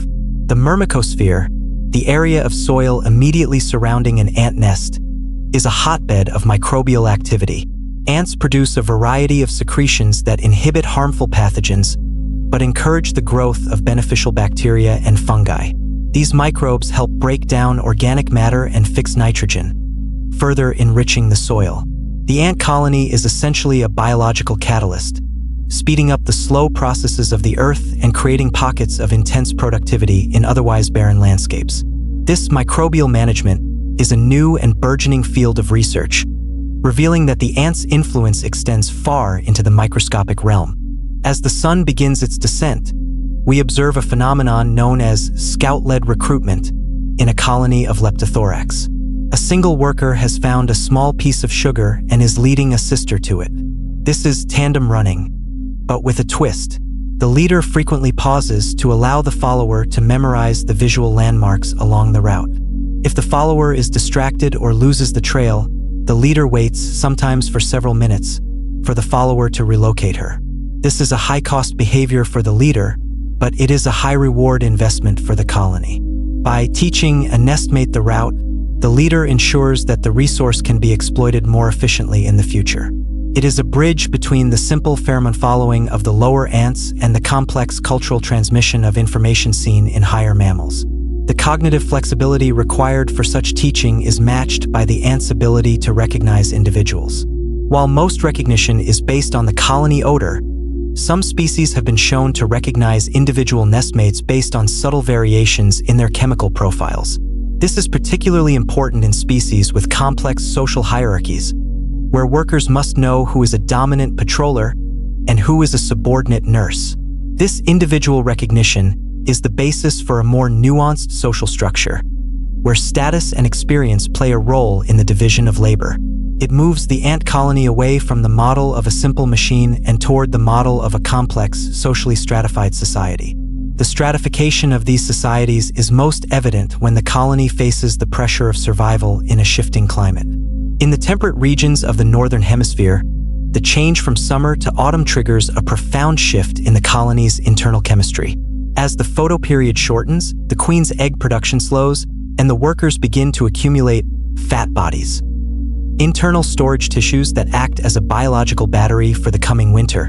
This physiological preparation is a collective response to a signal that none of the short-lived workers have ever experienced before.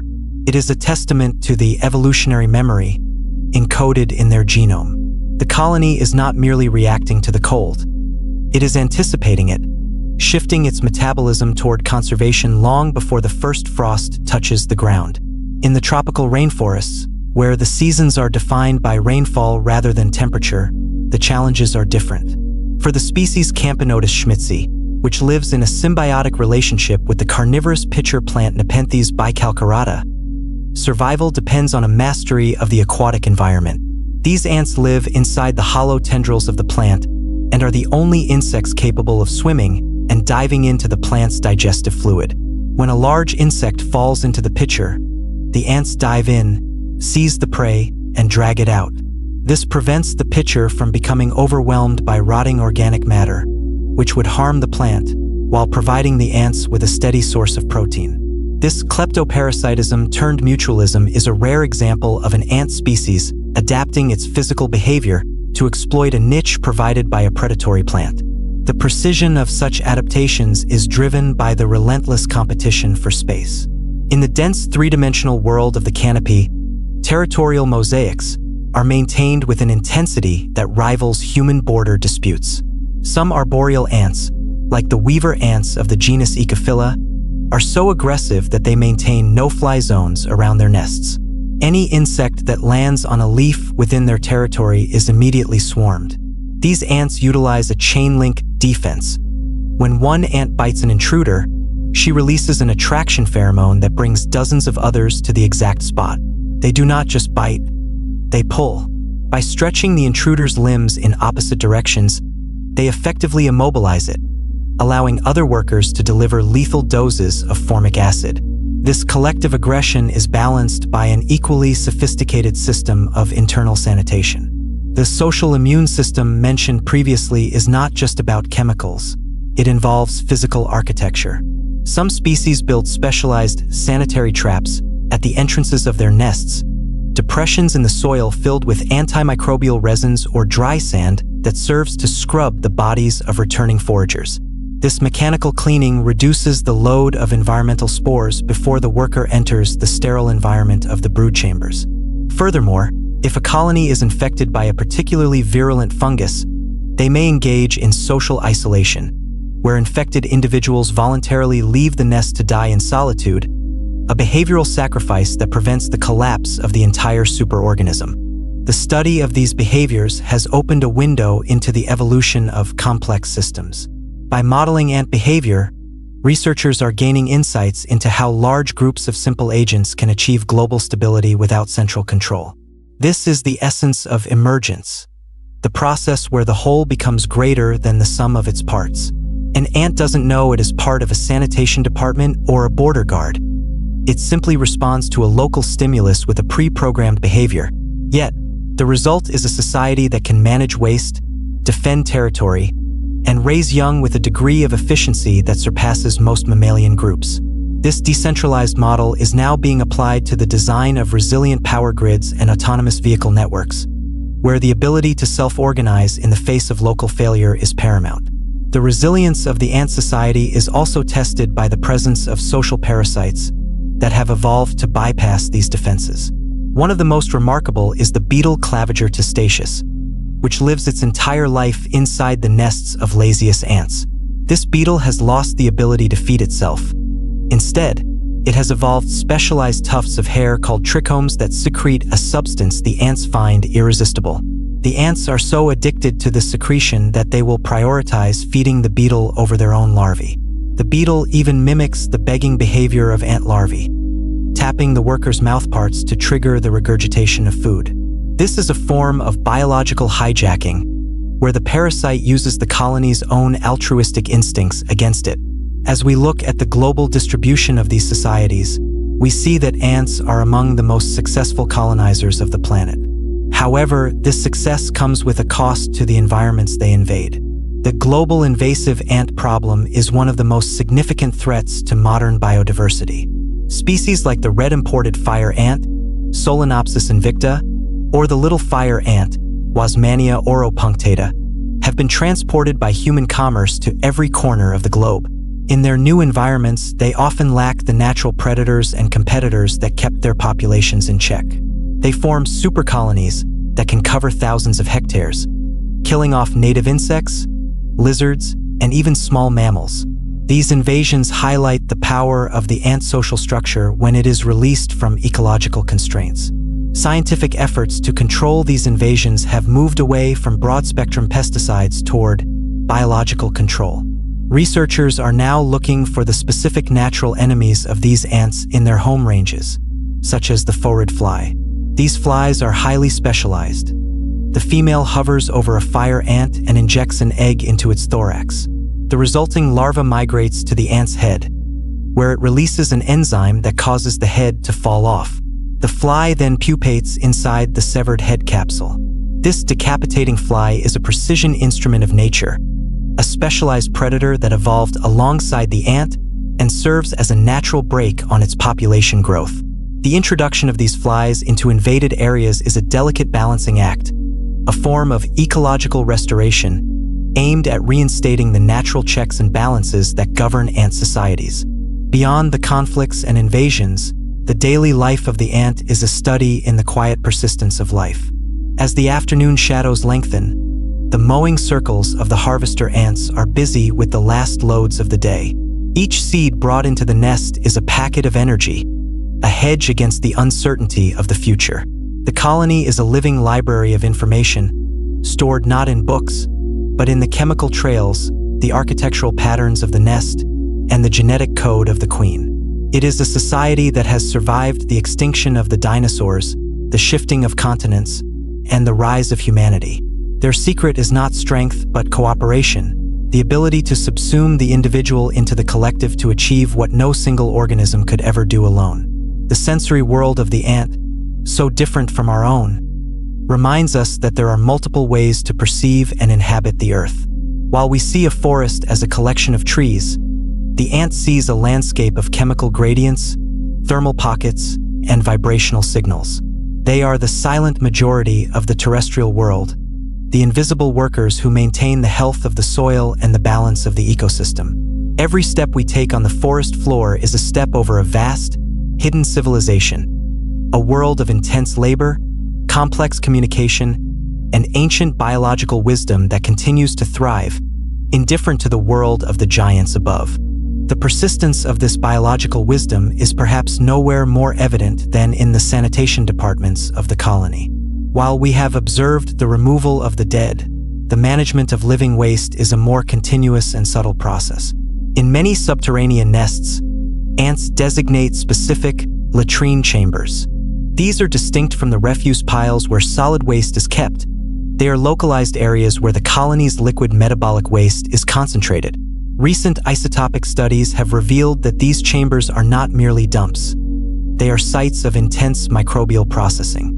The ants effectively compost their waste, allowing specialized bacteria to break down nitrogenous compounds which then leach into the surrounding soil, fueling the growth of the very plants the ants may later use for shade or food. This closed-loop system of nutrient recycling is a hallmark of an organism that has mastered its environment over geological timescales. This mastery is further reflected in the ants' specialized animal husbandry of non-insect partners. In the tropical forests of South America, the genus Philidris maintains a remarkable relationship with the epiphytic anthouse plant, Squamularia. These ants don't just live inside the plant, they actively farm it.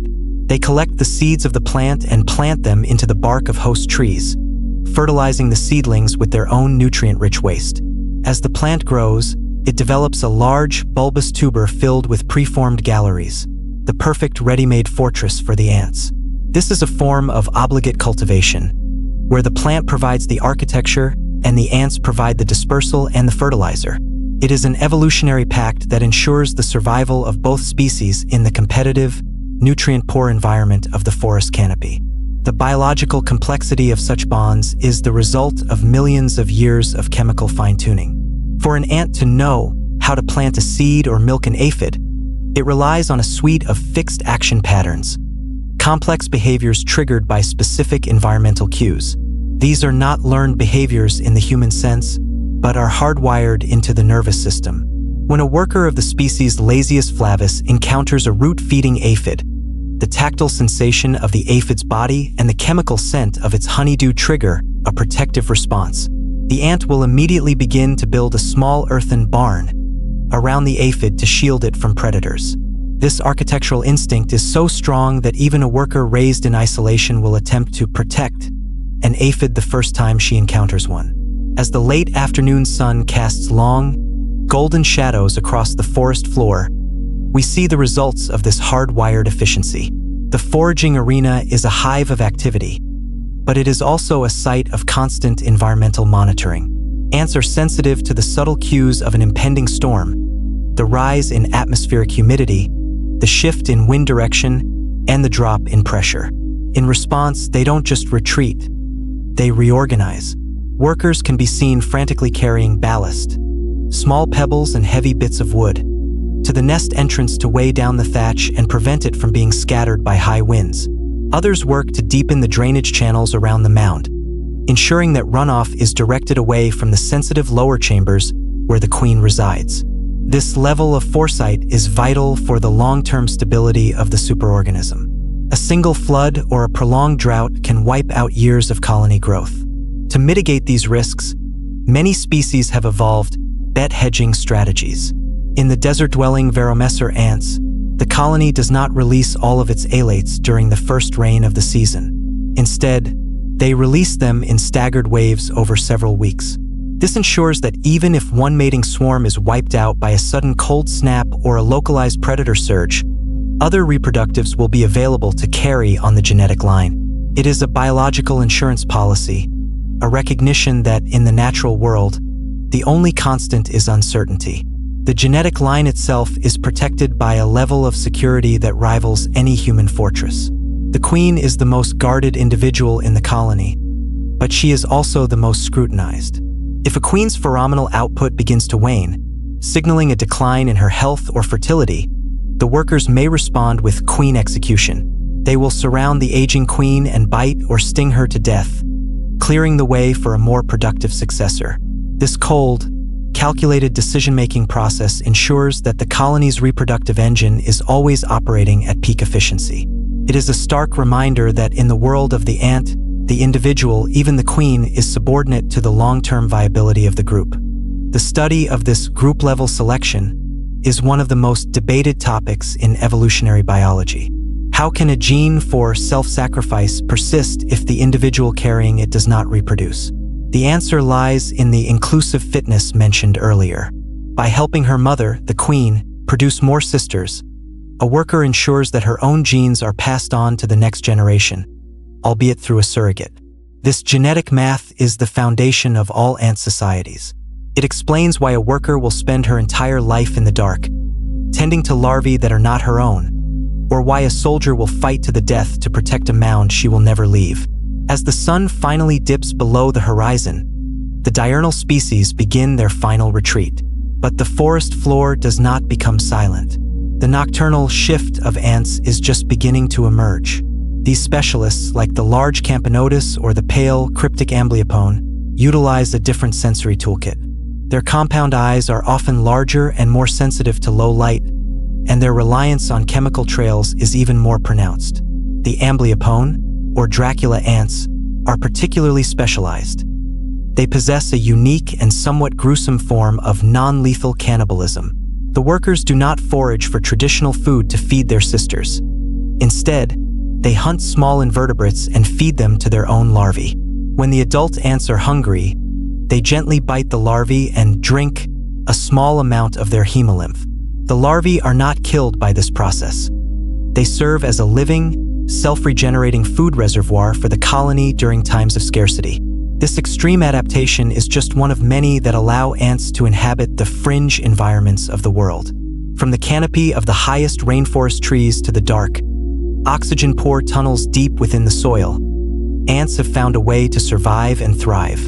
Their success is a testament to the power of the social contract. By dividing labor, sharing information, and prioritizing the collective, they have become the most dominant force on the terrestrial planet. As we leave the forest floor to the darkness of the night, we do so with the knowledge that beneath our feet, the work of the millions never truly stops. The tunnels are being cleaned, the larvae are being fed, and the chemical maps are being redrawn in an endless cycle of life and labor.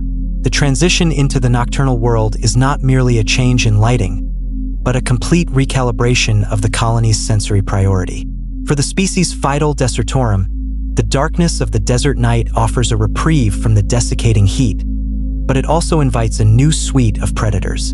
To navigate this, the ants rely on anemotaxis, the ability to orient themselves relative to the direction of the wind.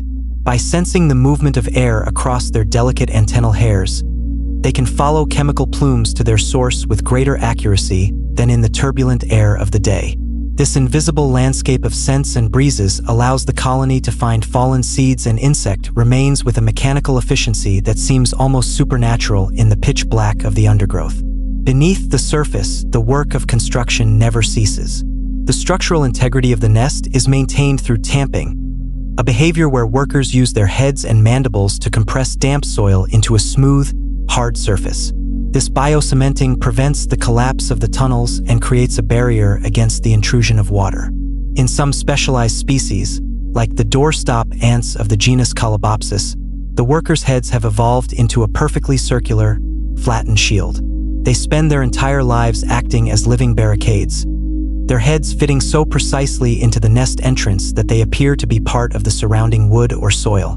They only move when they receive a specific antennal code from a returning sister, a tactile password that ensures no predator or social parasite can breach the inner sanctum. This obsession with security is a response to the evolutionary arms race that defines the life of the ant. For every defense the colony develops, a predator evolves a way to bypass it. The most specialized of these is the antlion, a larval lacewing that constructs conical pits in loose sand. When an ant steps on the crumbling edge of the pit, it slides toward the bottom, where the antlion lies in wait with massive, hollow mandibles designed to inject digestive enzymes. The ant's struggle only accelerates the slide, as the antlion flicks sand upward to further destabilize the slope. This is a rare example of a trap-setting predator that exploits the ant's own momentum and locomotive patterns to secure a meal. The vulnerability of the individual to such traps is the reason for the colony's high reproductive rate. A healthy colony can afford to lose hundreds of workers a day because the cost of production for a sterile worker is relatively low compared to the potential resource gain she brings back. This economic reality drives the colony to constantly expand its foraging range. In the tropical canopy, this expansion is achieved through bridge building. To cross gaps between branches, workers will link their legs together, forming a living suspension bridge. The first ant anchors herself to the leaf, and others crawl over her to extend the chain until the far side is reached. Once the bridge is secure, the rest of the foragers can cross safely, demonstrating a level of collective mechanical engineering that allows them to treat the fragmented canopy as a continuous highway. This bridge building is a form of swarm intelligence, where no single ant has a blueprint of the gap. Instead, each ant follows a simple rule. If you feel the weight of another ant on your back and you are not yet at the destination, stay still and grip tighter.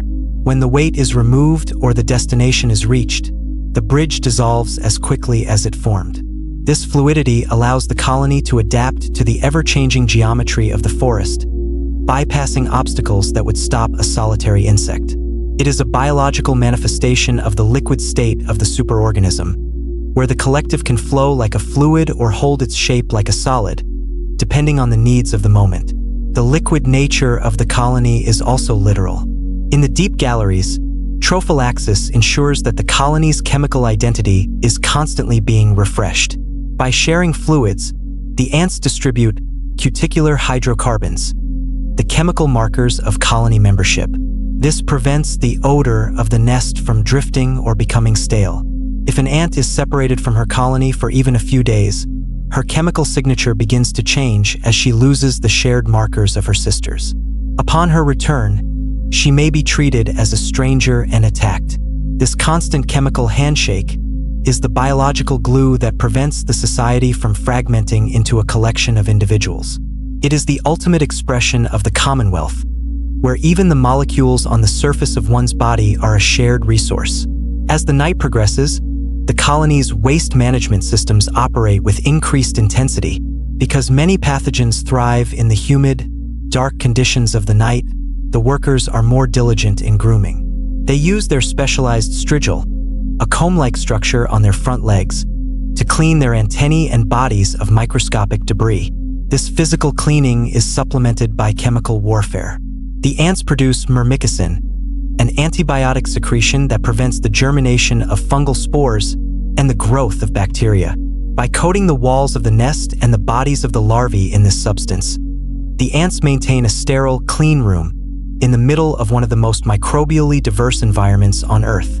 This chemical mastery extends to the way ants manage their livestock. In the roots of grasses and trees, root aphids are kept in specialized subterranean chambers. These aphids are often completely blind and incapable of surviving without the ants to move them to fresh roots and protect them from soil-dwelling predators. In return, the aphids provide a steady supply of honeydew, which the ants harvest even in the dead of winter. This underground ranching allows the colony to tap into the energy of the plants without ever having to leave the safety of the soil. It is a hidden economy that supports the massive populations of ants found in temperate grasslands, where the surface may be frozen but the deep roots remain active. The scale of this subterranean world is often underestimated. In some regions of the Australian outback, the meat ant, Iridomyrmex purpureus, builds mounds that are interconnected by tunnels spanning hundreds of meters. These supernests can contain millions of workers and hundreds of queens, all operating as a single, coordinated entity. They are the dominant predators of the desert, capable of taking down large spiders and even small lizards through sheer numbers and relentless aggression. Their mounds are covered in small pebbles that act as a thermal sink, absorbing the heat of the day and radiating it into the nest during the cold desert night. This active thermoregulation is a hallmark of an organism that has adapted to the most extreme thermal fluctuations on the planet. As the first hint of dawn begins to pale the eastern sky, the nocturnal foragers begin their retreat. The shift change is not a sudden event, but a gradual transition as the diurnal scouts begin to emerge and the nocturnal workers return to the lower chambers. The colony's social stomach is once again replenished, and the cycle of labor, communication, and expansion is ready to begin anew. This is the enduring strength of the ant. They have mastered the art of the constant presence. By exploiting every hour of the day and every niche of the environment, they have ensured that the work of the superorganism never truly ends. The gradual shift in light brings the focus back to the surface, where the scouts of the species Myrmecocystis, the honey ants of the high desert, prepare for their specialized roles. Their society is defined by a unique biological storage system. In the deepest, coolest chambers, certain workers have been transformed into living vessels. These are the repletes. After a rare desert bloom or a surge in aphid activity, the foragers return with their crops full of liquid sugar. They feed this to the repletes, whose abdominal membranes are so elastic that they can expand to many times their original size, becoming translucent orbs of amber-colored nectar. These individuals hang motionless from the ceilings of the tunnels for their entire adult lives, serving as a living pantry for the colony. During the long droughts that characterize their environment, the colony survives by milking these sisters, who regurgitate the stored nutrients to keep the queen and the brood alive. This physiological sacrifice is the ultimate insurance policy against a volatile climate. However, the colony's survival is not only threatened by the weather, but by the constant pressure of intercolonial competition. In the Australian bush, the meat ant, Iridomyrmex purpureus, manages this competition through ritualized tournament behavior. When two colonies meet at a disputed boundary, they do not always resort to lethal combat. Instead, they engage in a series of highly stereotyped movements, circling each other, drumming their antennae, and standing on their tiptoes to appear larger. These non-lethal displays allow the colonies to assess each other's strength without the catastrophic loss of workers. It is a biological negotiation. The colony that can field the largest and most persistent tournament presence effectively wins the territory, and the loser retreats to a new boundary. This tactical awareness is a byproduct of the ants' sophisticated sensory integration. To navigate their complex three-dimensional world, ants utilize a multimodal compass. While they primarily follow pheromone trails, they also use the polarization of the sky, the angle of the sun, and even the Earth's magnetic field to orient themselves. In some species, like the desert ant Cataglyphus, the nervous system is capable of path integration, a form of dead reckoning. As the ant wanders in search of food, her brain continuously integrates every turn and every step into a direct vector. When she finds a food item, she does not retrace her zigzagging path.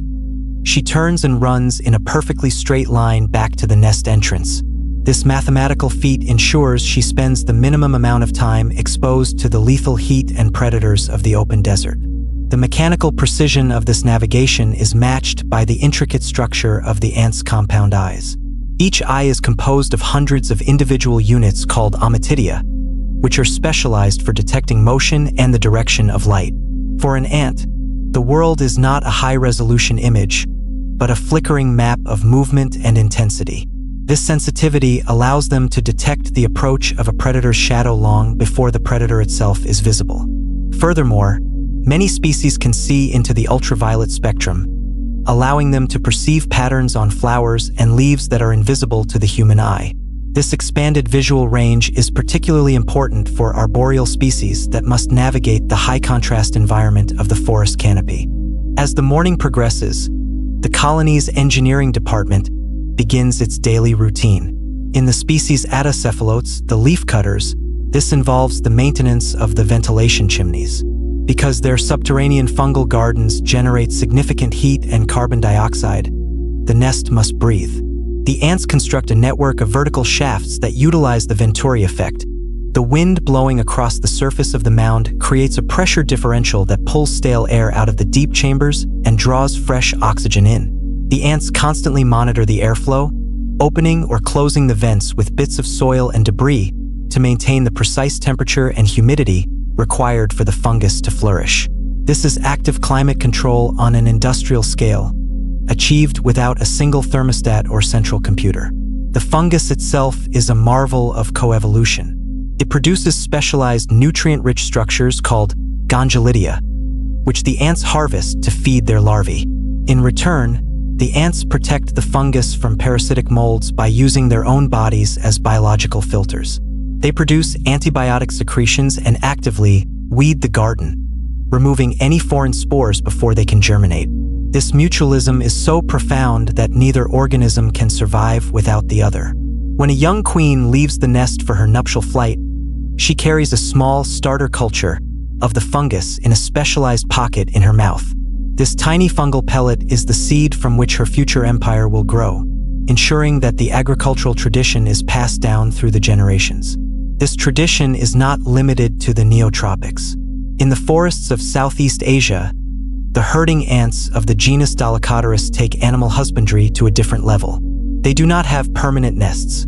Instead, they are nomadic, following their herds of mealybugs from one feeding site to another. The mealybugs provide the ants with honeydew, and in return, the ants provide protection and transport. When the food source on a plant is exhausted, the ants pick up the mealybugs in their mandibles and carry them to a fresh host. This pastoral nomadism is a highly efficient way to exploit the patchy resources of the rainforest, allowing the colony to move its entire economy to wherever the energy is most abundant. The complexity of these societies has long fascinated scientists who see in the ant colony a model for complex adaptive systems. Every individual ant is a simple agent, yet the collective behavior of the colony is highly sophisticated, resilient, and adaptive. This is the phenomenon of emergence, where global patterns arise from local interactions. By studying how ants allocate their labor, find the shortest paths, and defend their territory, researchers are developing new algorithms for everything from autonomous drone swarms to the optimization of telecommunication networks. The ant colony is, in a very real sense, a biological computer that has been running for 140 million years, refining its software through the relentless pressure of natural selection. As the sun climbs higher, the waste management crews of the Formica mounds are busy. They are carrying nest refuse, the remains of prey, dead nestmates, and fungal debris, to the edge of the mound. These refuse piles, or middens, are more than just garbage dumps. They are sites of intense ecological activity. They attract specialized scavengers, from springtails to mites, who further break down the organic matter. The nutrients then leach into the soil, creating a zone of high fertility around the nest. In many ecosystems, the presence of an ant mound can be detected from a distance by the lush, green vegetation that surrounds it. The ants are the primary movers of organic matter into the deep soil, acting as the biological pumps that keep the forest's nutrient cycle in motion. The role of the ant as an ecosystem engineer is particularly vital in the Myrmecophorus forests of Australia and South Africa. Thousands of plant species have evolved specialized elaiosomes, lipid-rich attachments on their seeds, to entice ants. The ants carry the seeds back to their nests, eat the elaiosomes, and discard the seeds in their nutrient-rich refuse chambers. This process not only plants the seeds in the ideal environment for germination, but also protects them from seed-eating birds and the intense heat of bushfires. Without the ants, these forests would literally cease to exist, as the plants would have no way to disperse their seeds or protect them from the elements. The engineering of the seed dispersal cycle is a silent partnership that governs the architecture of the forest itself. Yet, this stability is often challenged by the emergence of slave-making ants, such as the genus Polyergus. These ants represent a specialized evolutionary trajectory where the capacity for labor has been entirely traded for the capacity for war. A Polyergus scout finds a nest of a related Formica species and returns to her colony to recruit a raiding party. The raiders do not forage. They march in a direct, cohesive column. Upon reaching the target nest, they use propaganda pheromones to induce a state of hyperagitation and panic among the defenders. While the Formica workers are scattered, the raiders infiltrate the deep chambers and seize the pupae. Back at the Polyergus nest, these stolen pupae hatch into a life of involuntary service. Because they imprint on the chemical signature of the nest in the first hours of their adult life, they accept the slave makers as their kin, performing all the tasks of nursing, foraging, and nest maintenance that their captors are no longer biologically capable of doing. This specialized parasitism highlights the vulnerability of the chemical social contract. In the world of the ant, truth is not a visual or auditory reality, but a molecular one. This is further exploited by inquiline parasites, queens that have lost the ability to found their own colonies. A parasitic queen of the genus Tolutamyrmex will infiltrate the nest of a host species, such as Tetramorium. She is physically small and often possesses specialized gripping legs that allow her to cling to the back of the host queen. By rubbing against her host, she acquires the colony's specific chemical signature, effectively becoming invisible to the workers. She spends her life as a passenger, laying eggs that are fed and cared for by the host workers. This relationship is so one-sided that the parasite often lacks a worker caste entirely, existing as a pure reproductive drain on the host society. Despite these internal threats, the colony's primary focus remains the external environment. In the floodplains of the Amazon, the species Solenopsis civissima, the fire ant, has mastered the art of collective survival against the elements. When the seasonal floods arrive, the colony does not drown. Instead, they link their bodies together to form a living, waterproof raft. The unique tarsal claws and adhesive pads on their feet allow them to interlock with incredible strength. The queen and the brood are placed in the center of the raft, elevated above the waterline, while the workers on the bottom use the surface tension of the water and the trapped air bubbles in their exoskeletons to stay afloat. These rafts can navigate for miles, responding to the currents and avoiding predators until they strike dry land, at which point the raft dissolves, and the ants immediately begin to excavate a new nest. The physics of the fire ant raft is a subject of intense study in active matter physics. Each ant in the raft behaves like a particle that can change its state from a solid to a fluid. When the raft is compressed, the ants lock their legs, making the structure rigid. When the raft needs to flow around an obstacle, they loosen their grip, allowing the colony to deform like a viscous liquid. This ability to transition between physical states allows the superorganism to survive mechanical stresses that would crush or disperse a less coordinated group. It is a biological realization of soft robotics, where the robot is composed of millions of individual, self-directing units. As the sun begins its slow descent toward the horizon, the social stomach of the colony is once again the focus of activity. The foragers returning from the canopy are met by receiver workers at the nest entrance. Through the process of trophallaxis, the liquid nutrients are transferred from the foragers to the receivers, who then carry the energy deep into the nest. This is the colony's internal commerce. The rate of food transfer serves as a real-time signal of the colony's nutritional status. If the receivers are slow to take the food, the foragers know to switch to other tasks like nest maintenance. If the food is taken hungrily, the foragers return immediately to the trails, often with increased urgency. This demand-driven feedback loop ensures that the colony never overexploits its resources or wastes energy on unnecessary labor. The complexity of this communication is further enhanced by the use of vibrational signaling. In addition to chemicals, many ants use stridulation, rubbing a small scraper on their waist against a ridged plate on their abdomen to create high-frequency sounds. These vibrations travel through the soil and the structural elements of the nest. When an ant is trapped by a cave-in or pinned by a predator, her distress stridulation triggers an immediate rescue response in nearby workers.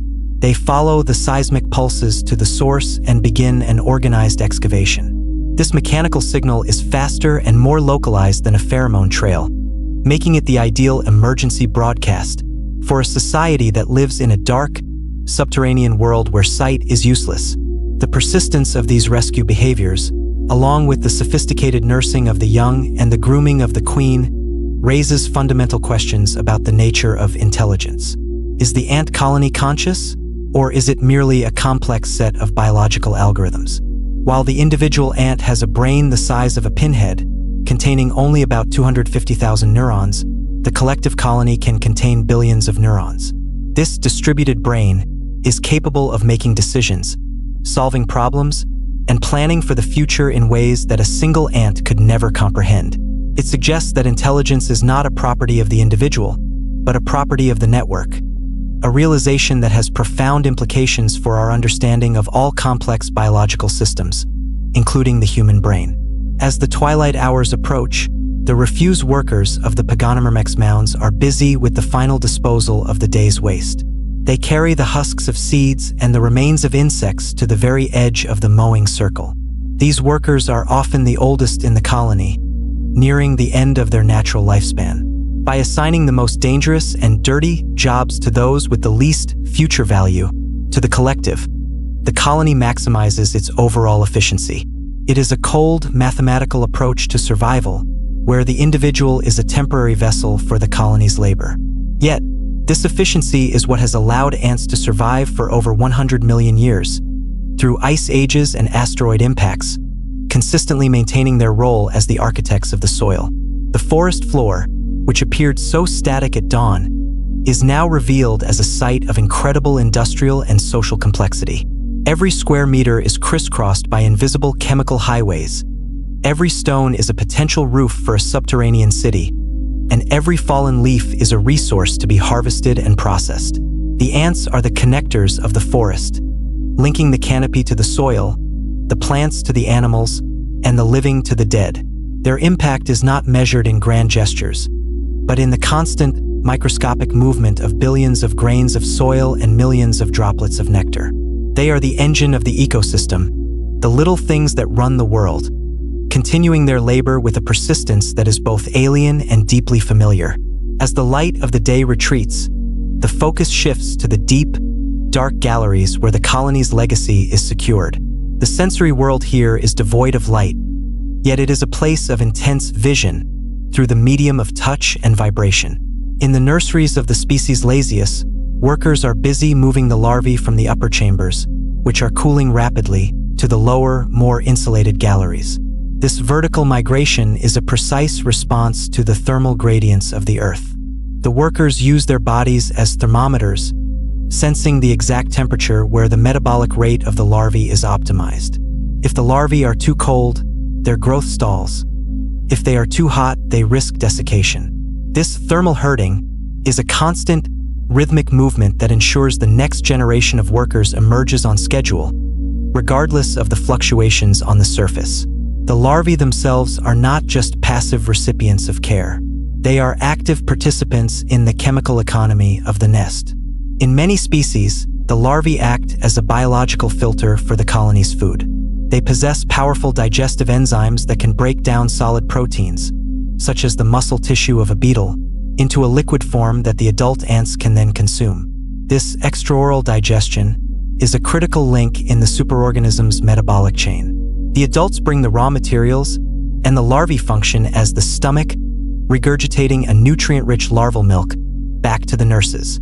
This reciprocal feeding loop, or trophallaxis, is the ultimate expression of the colony's unity. No ant eats alone. The nutrients gathered in the canopy are shared, filtered, and redistributed until every cell in the superorganism is nourished. This internal harmony is sometimes disrupted by the presence of social hackers, like the 8 beetle.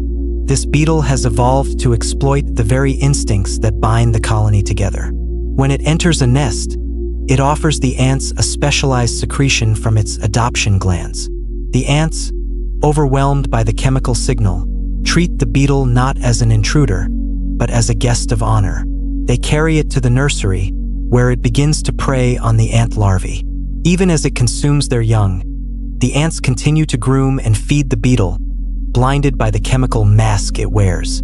This evolutionary deception highlights the rigid nature of ant communication. The signal is the only truth, and if a parasite can replicate that signal, it can subvert the entire social order. However, the colony is not without its own cybersecurity.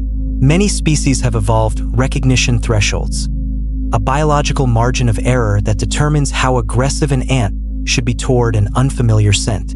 If the environment is stable and resources are plentiful, the threshold is high, allowing for more social tolerance. But if the colony is under stress or if it has recently been attacked, the threshold drops. The guards at the nest entrance become hyper-aggressive, screening every returning worker with intense intonation. This dynamic defense allows the colony to balance the need for social cohesion with the need for security, adjusting its firewall in real time based on the level of external threat. The study of these thresholds has led to a deeper understanding of distributed intelligence.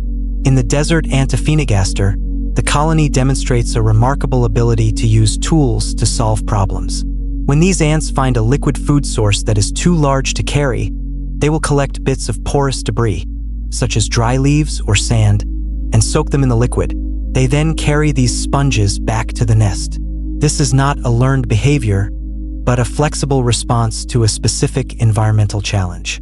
By using external objects to increase their carrying capacity, the ants overcome the physical limitations of their own bodies.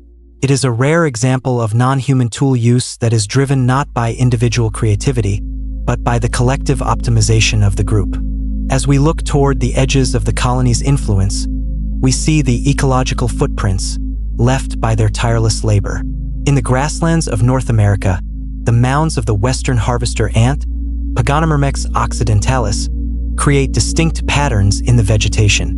Because the ants clear a disc of bare soil around their nest and enrich the soil with their waste, they facilitate the growth of specific pioneer plants. Over decades, as colonies die out and new ones are founded, the landscape becomes a mosaic of these fertility islands. The ants are essentially sculpting the prairie, determining which plants will grow where and how the nutrients will be distributed. Without the ants, the soil would become compacted, and the diversity of the plant community would collapse. The role of the ant as a landscape architect is matched by its role as a global traveler. In the modern era, the invasive ant has become a symbol of the unintended consequences of global trade.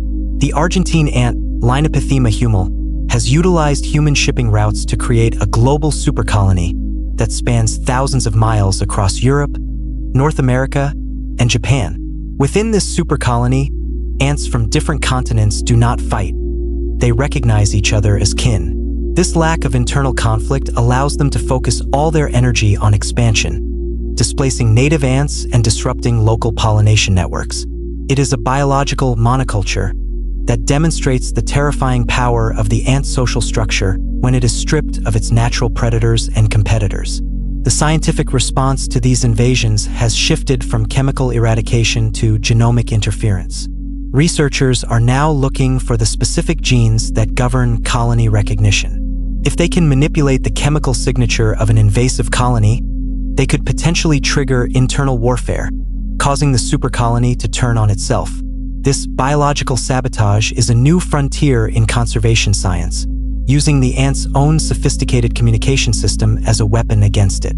It is a testament to the complexity of the Formicidae that our most advanced technology is now being modeled after their ancient chemical language.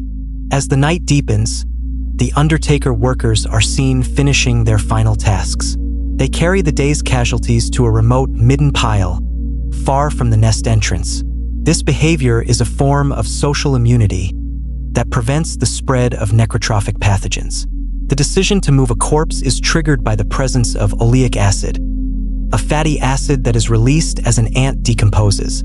This smell of death is so powerful that even a living ant painted with the chemical will be carried to the cemetery by her sisters. It is a stark reminder that in the world of the ant, the individual's status is determined entirely by the chemical signals she emits. The forest floor is now quiet, but it is a silence filled with invisible movement. Beneath the surface, the clocks of the nurses are ticking, the social stomachs are processing the day's harvest, and the queen is continuing her tireless production of life. The colony is a perpetual motion machine, a society that has refined the art of the constant presence over 140 million years.